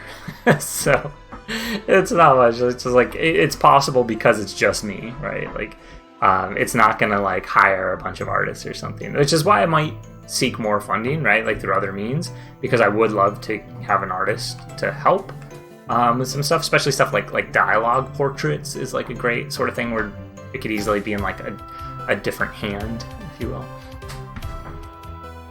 One of the back rewards should have been a pipe bomb shipped directly to their home. No. Wait, why? Why are you saying that? Profit sharing is available. And no, I mean like that's how I'm paying people that are working on the game with me. So it's like, hey, like, you know, I can't pay you money because I'm, you know, just getting by myself. But if you believe in this project enough to work on it, and like I know Pete personally, I know Pete and Jonathan personally, and so it's like, you know, will you be willing to work, you know, for like money when the game comes out, basically, which is, you know, I think most of the time that's going to be a big ask, but yeah. Where were we? Oh, we just came through the secret. So this is where we get our first shortcut. And basically we're done with the demo now, right? Like we beat the boss, but I wanted to make sure there's exploration. So that's now it kind of opens up. When you discover you can break lanterns, you can break moons. Not everybody discovers that. You can't yet. You can maybe see that you can get over here, but you don't know how yet. Because you don't have the pogo stick. So, you know, most people are gonna come over here. Can't get up here. Okay, and so I think this was kind of tricky because a lot of people are like, yo, how do I get up here? And I think it's like part of this is about I need to find better ways to like teach the language of a Metroidvania, which is like, hey, you can't get there yet, and that's okay. Just move on. I think part of the problem is like it's also not entirely clear. You can go down from here. The grapple point sort of indicates that, so you can start to see that, but like maybe more indicators that the camera will go down with you and you're not going to just die. So I think you can't fall. There are no pits in Little Nemo. You can't fall to your death. But I haven't yet taught that, right? That's something I'll need to teach the player. Because typically you're playing a platformer, this is death down here, right? But that'll never happen in Nemo. It might take you far down to some other place, but like you don't take fall damage. You don't just fall. Gertie the Dino would be great, yeah. So now we come down here, and you gotta be careful. It's kind of fun. Like I think it's okay. Sometimes people fall and hit enemies, and that's fine. Like you want to cautiously come down here. There's another problem. The rock lobsters also need a bigger hurt box. So here, the intent was, I want you to see this and be like, okay, I can't get there yet. I definitely can't make that. I'm not going to worry about it. That's another Metroidvania thing. I'll figure out how to get there later. It looks like maybe I can get there on the left. So maybe you know, some people might figure out they can go up and around. That's kind of the intent. But I think that's just not at all clear. So I think this is just an extremely flawed design. And then the whole point of this, by the way, is also like, I'm trying to hint at, I think some people picked up on this, the idea that like later you will be able to dismiss the oblivion from this zone, and this would then be like a pathway to the previous screen. And then here, this is just like, again, like trying to show choice. Like, okay, you can go two different ways. Just again, like, hey, this opens up. It's like, you're going to be exploring the world. And then here's another thing, like again, a lot of trying to, this is just like, this is where we start to get into stuff that's like very rushed and thrown together. But here it was just sort of like, hey, like maybe you come here with a pogo and you realize like, hey, if I pogo off this enemy, if I had a wall jump, I could get up there. I don't have a wall jump, but if I did, and that's sort of the stuff I was trying to hint at a little bit. Nemo is unaware of the concept of death yet. Yeah, I mean, Nemo can't die in this. He can only wake up. That's Nemo's superpowers. That kind of gets into the lore of the game. Is Nemo's a dreamer, which is like not everyone in Slumberland is, right? They're like the denizens of Slumberland, and so for them, oblivion is devastating, right? Like oblivion threatens to remove them from the dream world, like remove the dream world itself. But Nemo just wakes up. It just wakes Nemo up. So Nemo is uniquely suited to save Slumberland. So this is all just thrown together, no enemies, just yeah, just kind of threw this all together like, I gotta get a demo together.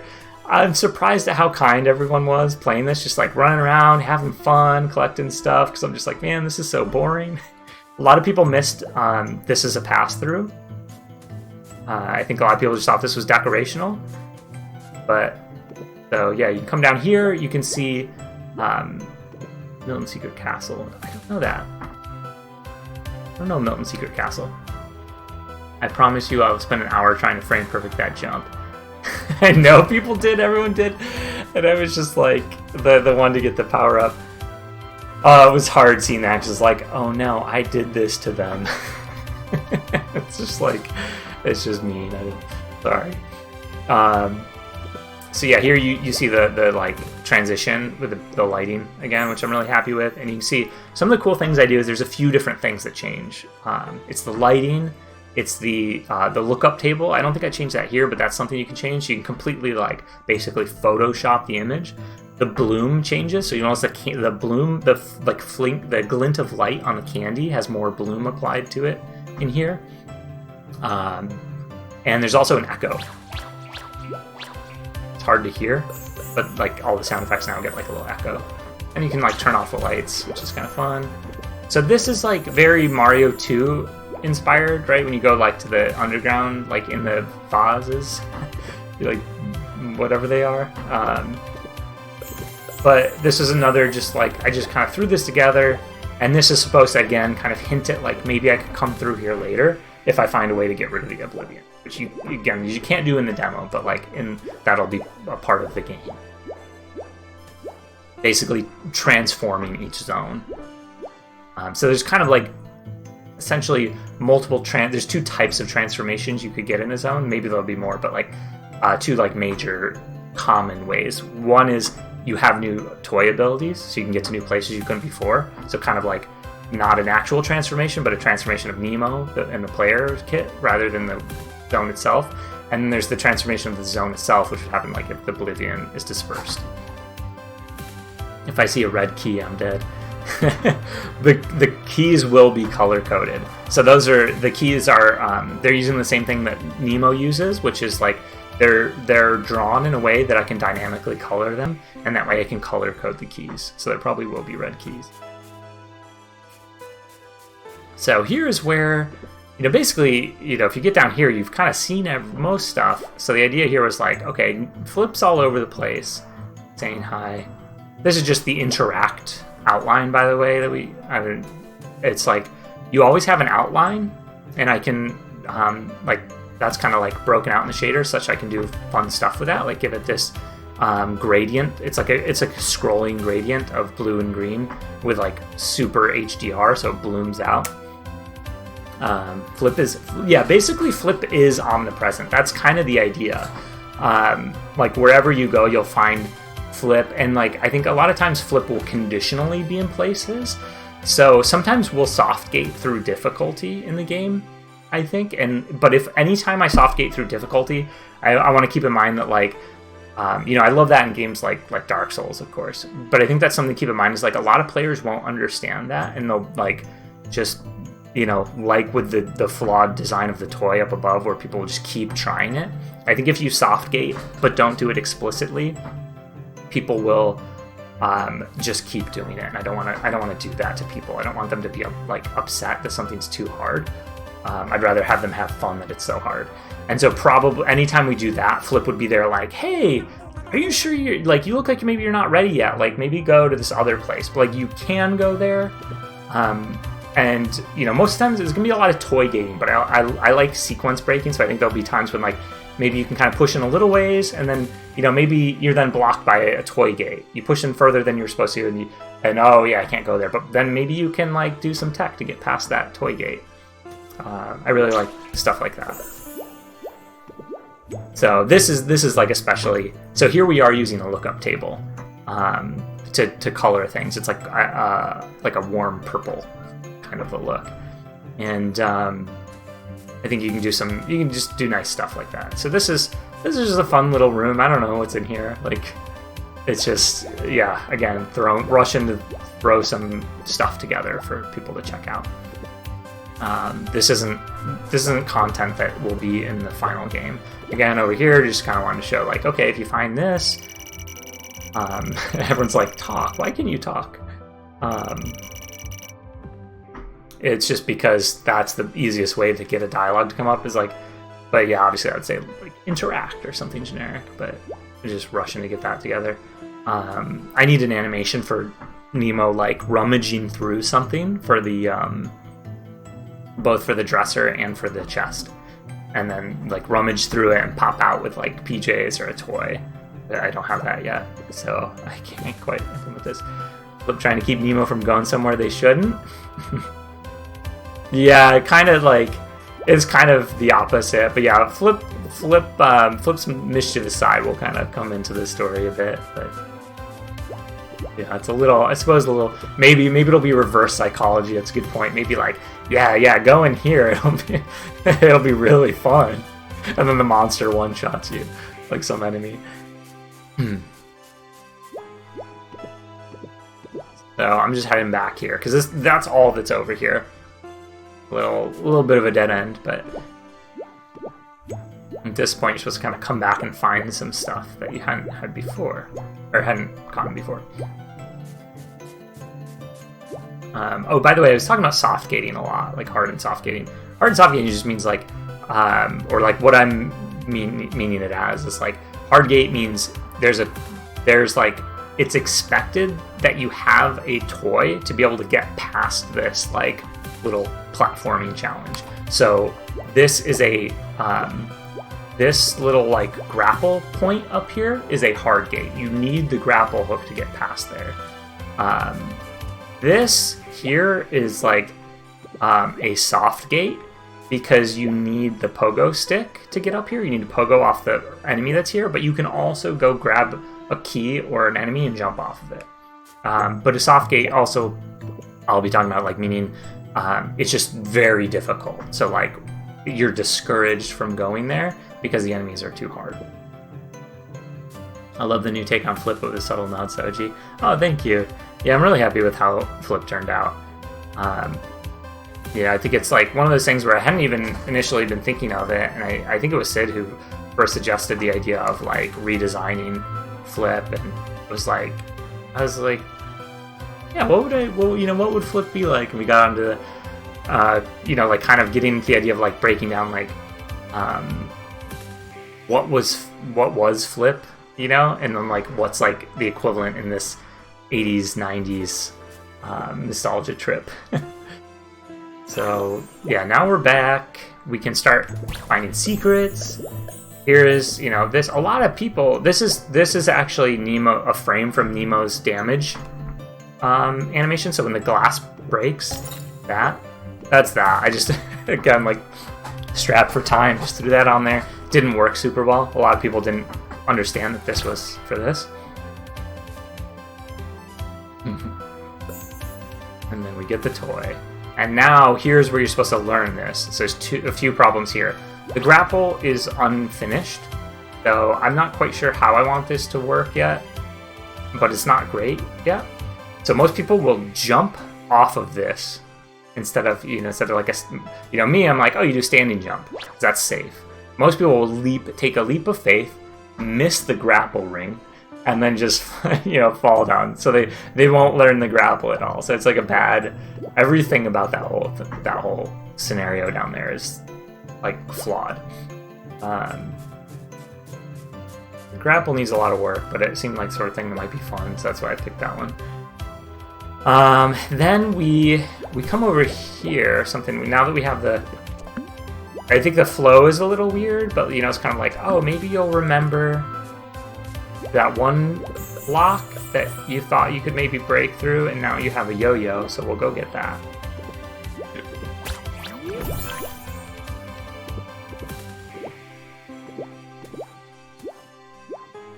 I was stoked to get the grapple. Nice. Yeah, I think most people want to like aim it up and stuff. I went for a pretty strict grapple so far, but I don't know. We'll see. I have a lot of thoughts and ideas. I'm not entirely sure what's going to be best. So here you just kind of come down more. Here I was just kind of showing off the cool like going horizontal, then going vertical, then going horizontal again. This I tweaked. This was originally again like the ceiling's too low. So you bonk your head, people would fall on the spikes. And then here, this people got, that you can break this. The problem here, what I wanted to do is, I was thinking like, oh, here I'm going to show, in case you didn't see the secret before, now I'm going to show it to you. And it's on you to understand where this is geographically, and that it's on the opposite side from the bed. But what I didn't appreciate is, you notice I've left the ceiling open accidentally at the top. It's not actually open, you can just barely make out that there's some ground there, but it's not clear. It looks like maybe you come in from the top, but actually you come in from the side, so those rocks kind of block it. Basically it's just like, it's unclear that you're supposed to come in from the other side, and also you don't have access to a map. So very, very flawed for a few reasons, but the intent here was to show off the secret without it being, it's not accessible from here, we're just showing it to you. And then you just loop around here, and then kind of, hey, what's this? You got a few things going on. You can kind of see that the tiles indicate maybe there's an opening there. You break that open, come in here. Most people just grab these, but you can also break them open for candy, if you've kind of noticed that that's a thing you can do yet. Here's a funny, like, again, bonking your head. Once again, bad height for these things. I just, always, coyote time jump. Most people just can't make this. A lot of people just straight up thought this was impossible. But yeah, it's just a coyote time jump, which I just need to be careful about those. I mean, the problem is bonking your head, ultimately. Spin around the world, yo-yo, spin for directional grapple. Yeah, it could be. That's kind of fun. I'm glad a lot of people appreciated when they found out you could break those open. I was happy people were like, oh yeah, like Castlevania. Because yeah, it's definitely Castlevania inspired. So now we've got that door open. Now we have all the, like every piece of the puzzle we need. Oh crap, where's the key? Where did I put the key? I haven't died yet. So the key is, whoops, I think it's up here.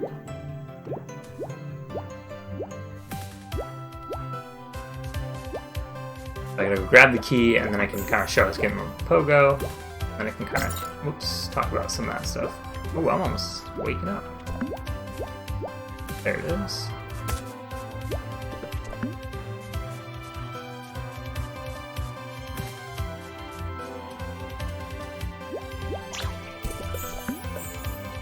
Getting some candy, I probably should have made the, storm volume associated with the boss, so it doesn't respawn here, but oh well. Like, it should stay sunny once the boss is gone, right? It's a little awkward that it doesn't, but whatever.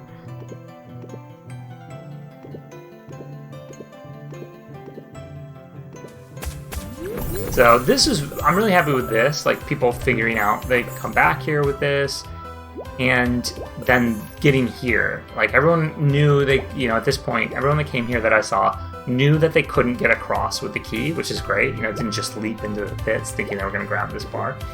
And it's sort of like, oh, how do I do this? Because this is one of the challenges I thought about in general that is like fun to sort of a fun like learning moment of how items, like non-breakable items, interact with this sort of scenario where it's like, okay, well, I can throw it across and then just come across. Not that the demo is going to be the end game, but is it possible to get the pogo ice up? No, so this is very strange. This demo is like weird, especially in that like I've put three items here. Like I think you'll probably get the yo-yo pretty early on. I think at a similar pace, but then I think the other toys will come out later. You know, you kind of for a while it'll be like just Nemo with the carrying stuff with the yo-yo, because there's only like 6. Maybe there'll be a 7th toy.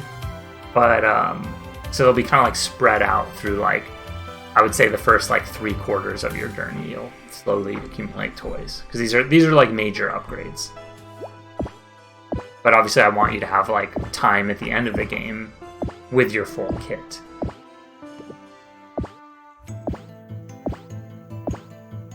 So, the pogo stick makes Nemo go a half of a unit higher here, which ultimately I decided, I realized in near the end,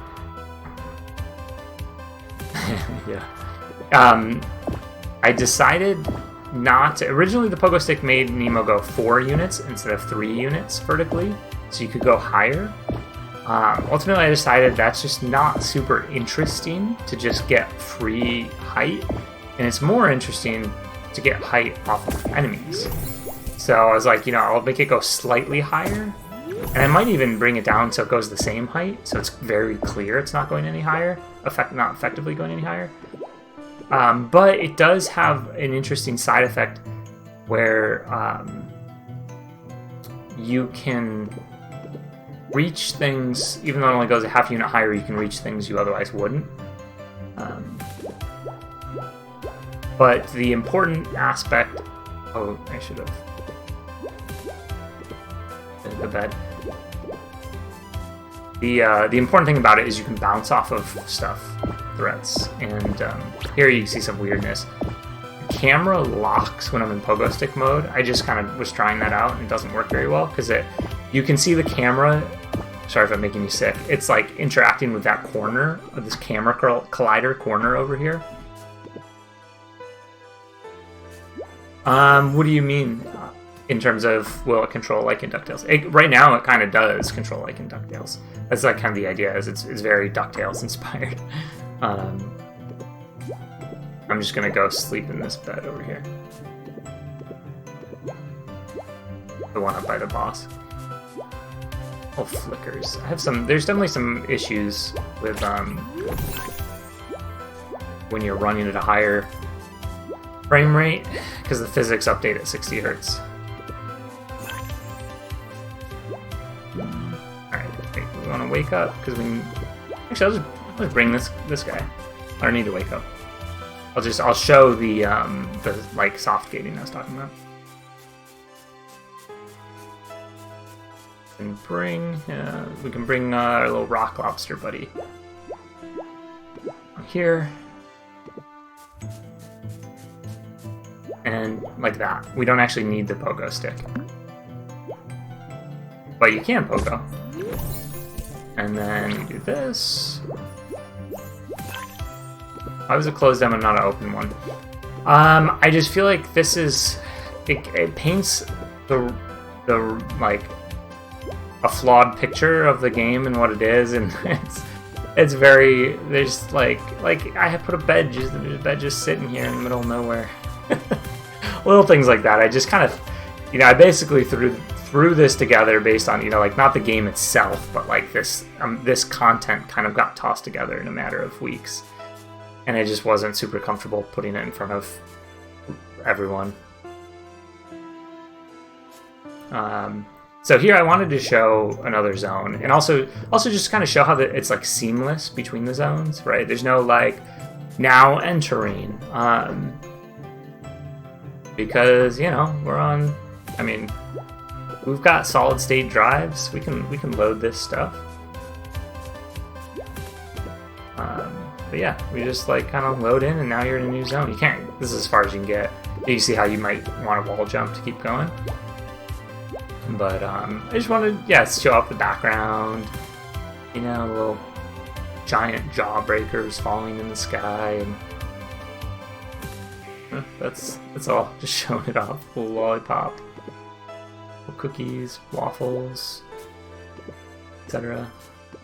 And this is just Flip trying to let you know, like, if you got up here, you almost definitely found everything. So that was the idea. Like, you know, that's another thing people I think is confusing. There's no like, thanks for playing. That, like, if I were gonna make this a public demo, like right now, I would need to like send you to a wish list or a Kickstarter page, right? Like, I don't have that in place to like show that. And like, so this is like, I really rushed just to kind of like make this happen. Another way to recover health would be good. Gives a reason to keep collecting moons after you're at full health. There's a different reason to keep collecting moons while you're at full health. There are two. So if you're at full health, you have two choices for moons. They're not in the demo. It's not fully explored in the demo. But when I kill this Birchin, it's going to spit out a moon. And now I can either collect that moon and work towards, let's assume I'm at full health, I can work towards filling my meter, which, you know, maybe you're thinking, I don't want to do that because I'm at full health. So you have the option to break it open and get candy instead, which is like your currency. And the other option is to still collect it and then level up anyways and see what happens. And what happens if you do that is you're going to level up your rank, which I don't have a name for that ranking system yet. I don't have like a clever name for it, and it's not actually implemented. But when you do that, the game gets harder. And that's how we scale difficulty for players. And that's the sort of thing that's like I'll probably kind of like hide a little bit, or maybe the first time you do it, maybe Flip will explain it. I'm not entirely sure. I need to kind of like work out how we teach that to the players that are going to be willing to explore it. But when you take damage, you like rank down also. So it's like this thing where like, okay, now I'm ranking up my moon meter. I can't get hit. I'm trying to get to rank 3, and you want to get up to rank 3, and like, and that's how you find like the really hard version of the Rocktopus and stuff like that. So that's kind of like a risk reward, kind of like skill system. And so there'll be variations of the enemies. So the enemies will become like harder versions of themselves, which will have like different palettes. Please make a public demo. What would be the bonus to ranking up? That's the thing to balance. Like, I mean, in some ways it's like, oh, it's just for the sake of the challenge, right? Like for a lot of players like me, it's just fun to take on a challenge like that. The reward needs to be something that is not like upsetting for the players that can't play at that tier to be able to get. But like, obviously you want to reward those players too. It's like, hey, I want to be rewarded for like really acing this game. So I kind of need to balance that. I think in general, like kind of one of the base things is going to be candy. You'll get more candy. So you might have access to things that would otherwise be really difficult to get playing at rank 0, like kind of default rank. And yeah, I think the other thing is like, if there is a hell run, which is like quote unquote hell run, like a very hard end game, that would probably tie into that ranking system, and likely would be the sort of content that like people wouldn't know about unless they engaged with that ranking system. So that you would have a fulfilling ending to the game without that, but then the really diehard players could like find that. I don't know if we're going to be able to do that because that's a lot of content, but I love how after all these years Hellrun is still being used. Yeah, I love it. I love them. Trying to think if there's anything else. I think it's been 2 hours, which actually is pretty good. That was my estimate. I think we've kind of gone. I think I kind of like talked through all this stuff I wanted to about all this. Kind of like explaining things, and I should check if we hit any on-stream anything. So I should like show off cool stuff. We hit 67K. Let's see. We did. Oh, okay. I need to show off something. All right. right, let me Metroid redesign. Oh, I don't know that. Oh, congrats. Thanks. Yeah, we're at 67K now. That's like a little mini milestone. Also, let's see if we had any special tier backers. We did. We have a new special tier backer. All right, so two things. I owe us two fun things. So let me see. I don't have anything planned.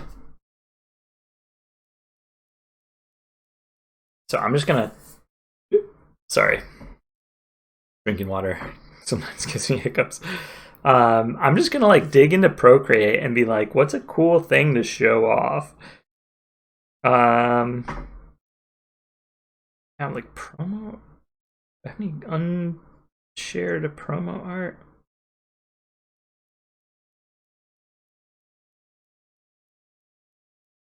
I think I did share this, so this doesn't count, but I do want to show it. Which is like, I'll share this in like the worst way possible. See if it comes up.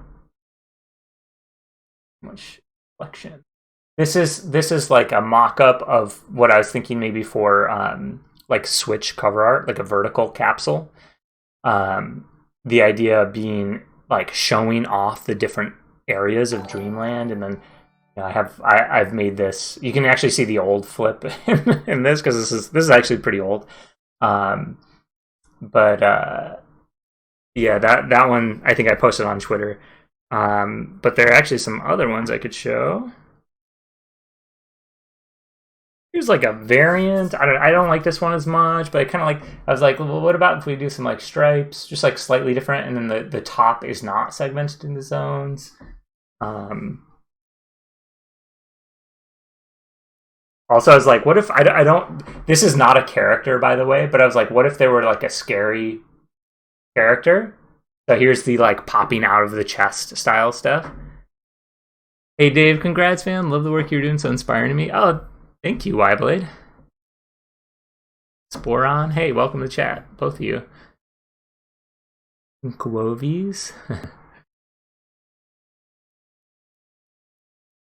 Yeah. Thanks for hopping into the chat, y'all.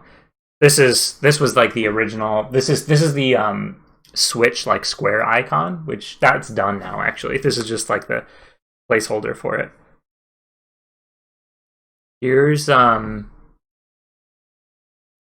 don't really use this border much. It's a little too heavy. Showing you a few things because I feel like they're not very good. What's like one cool thing I can?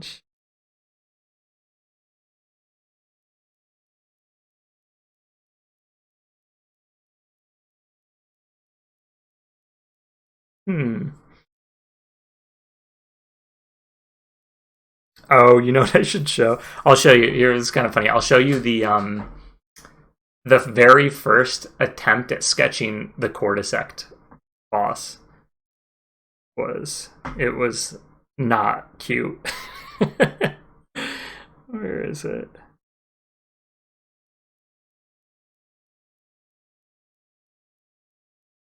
Oh, wait, I have tons of stuff in here to show off. Okay, so the first one I'll show off. Since we hit 67K, I'll show you the very first concept art of the Cordyceps. It's so gross.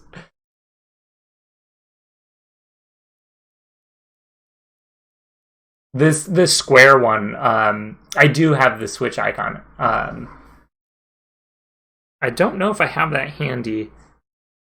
Bring it up.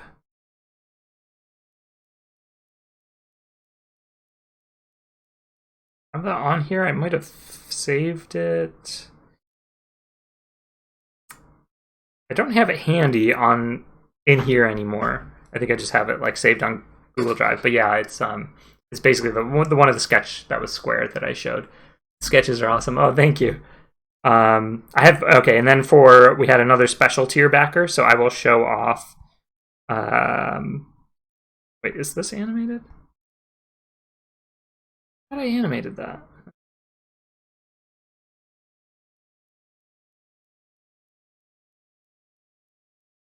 Like one of the, I have a few different looks for. Oh, here's the I'll share like an early sketch of Bon Bon. I have to get it because it's dark. Let me hold on. Let me give it a white background. It'll be easier to see.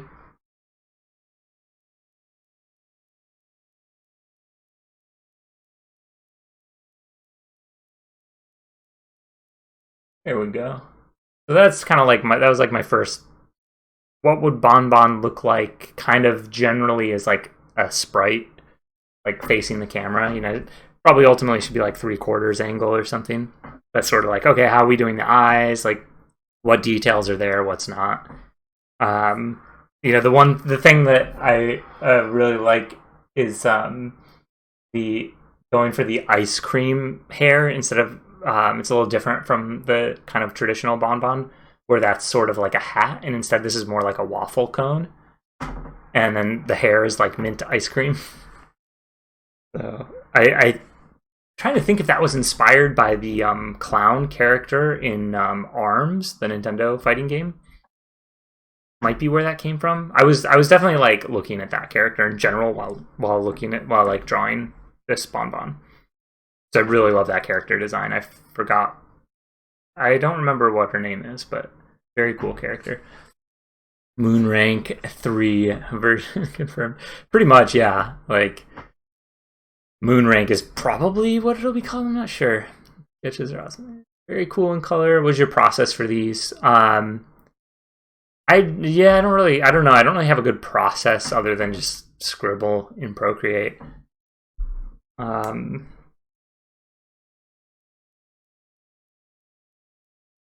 But yeah, I'll show some. I can show some more if we if we get to any more milestones.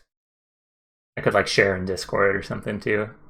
I'll probably wrap up soon since I think we're kind of done with the demo. I mean, like I'm happy to dig into other stuff if people are have like questions about the demo or kind of like the tech stuff behind it.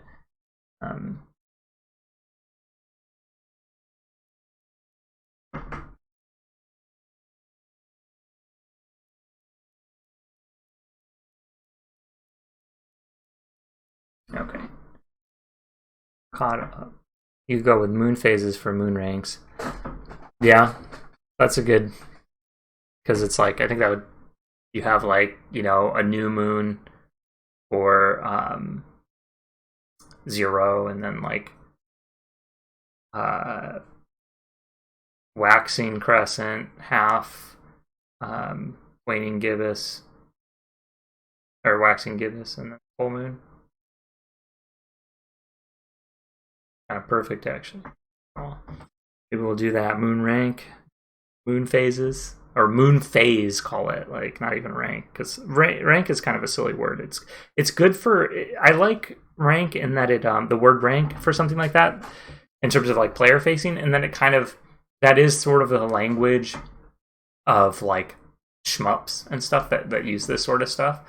Like if anyone's familiar with like cave shmups, and specifically the guy Yagawa who does like the he worked for like Rising before going to Cave, but like his stuff is always like rank based, and it's about like rank manipulation, and so that's kind of how players refer to that stuff. So it's kind of nice to be upfront about that stuff, since that stuff will mostly be kind of like hidden except to the users who want to engage with it.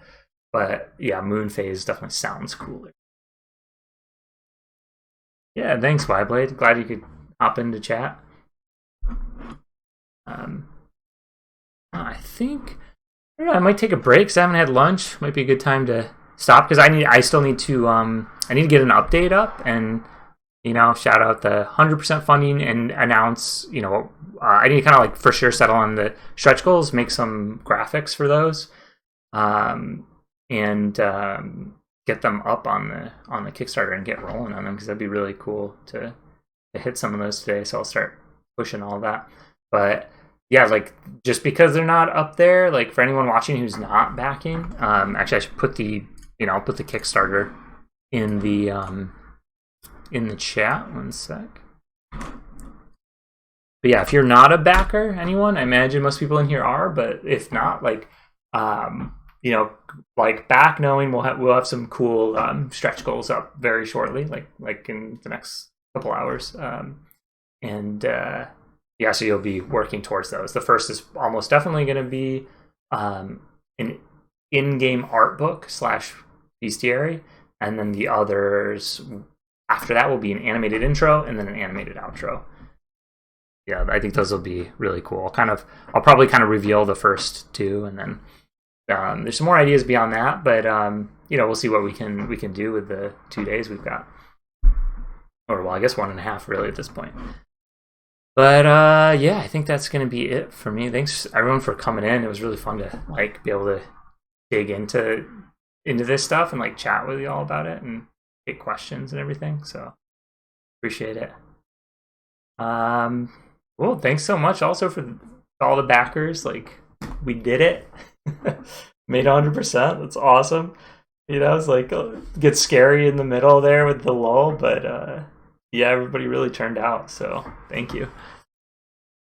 Upload this to YouTube. Oh, great call. Yeah, I'll do that. I'll download the VOD and get it up there because yeah, I want to make sure, because I know the VODs eventually do disappear off Twitch, so I want to make sure people can catch this. So thank you for the reminder, Hector. Great demo. Thank you.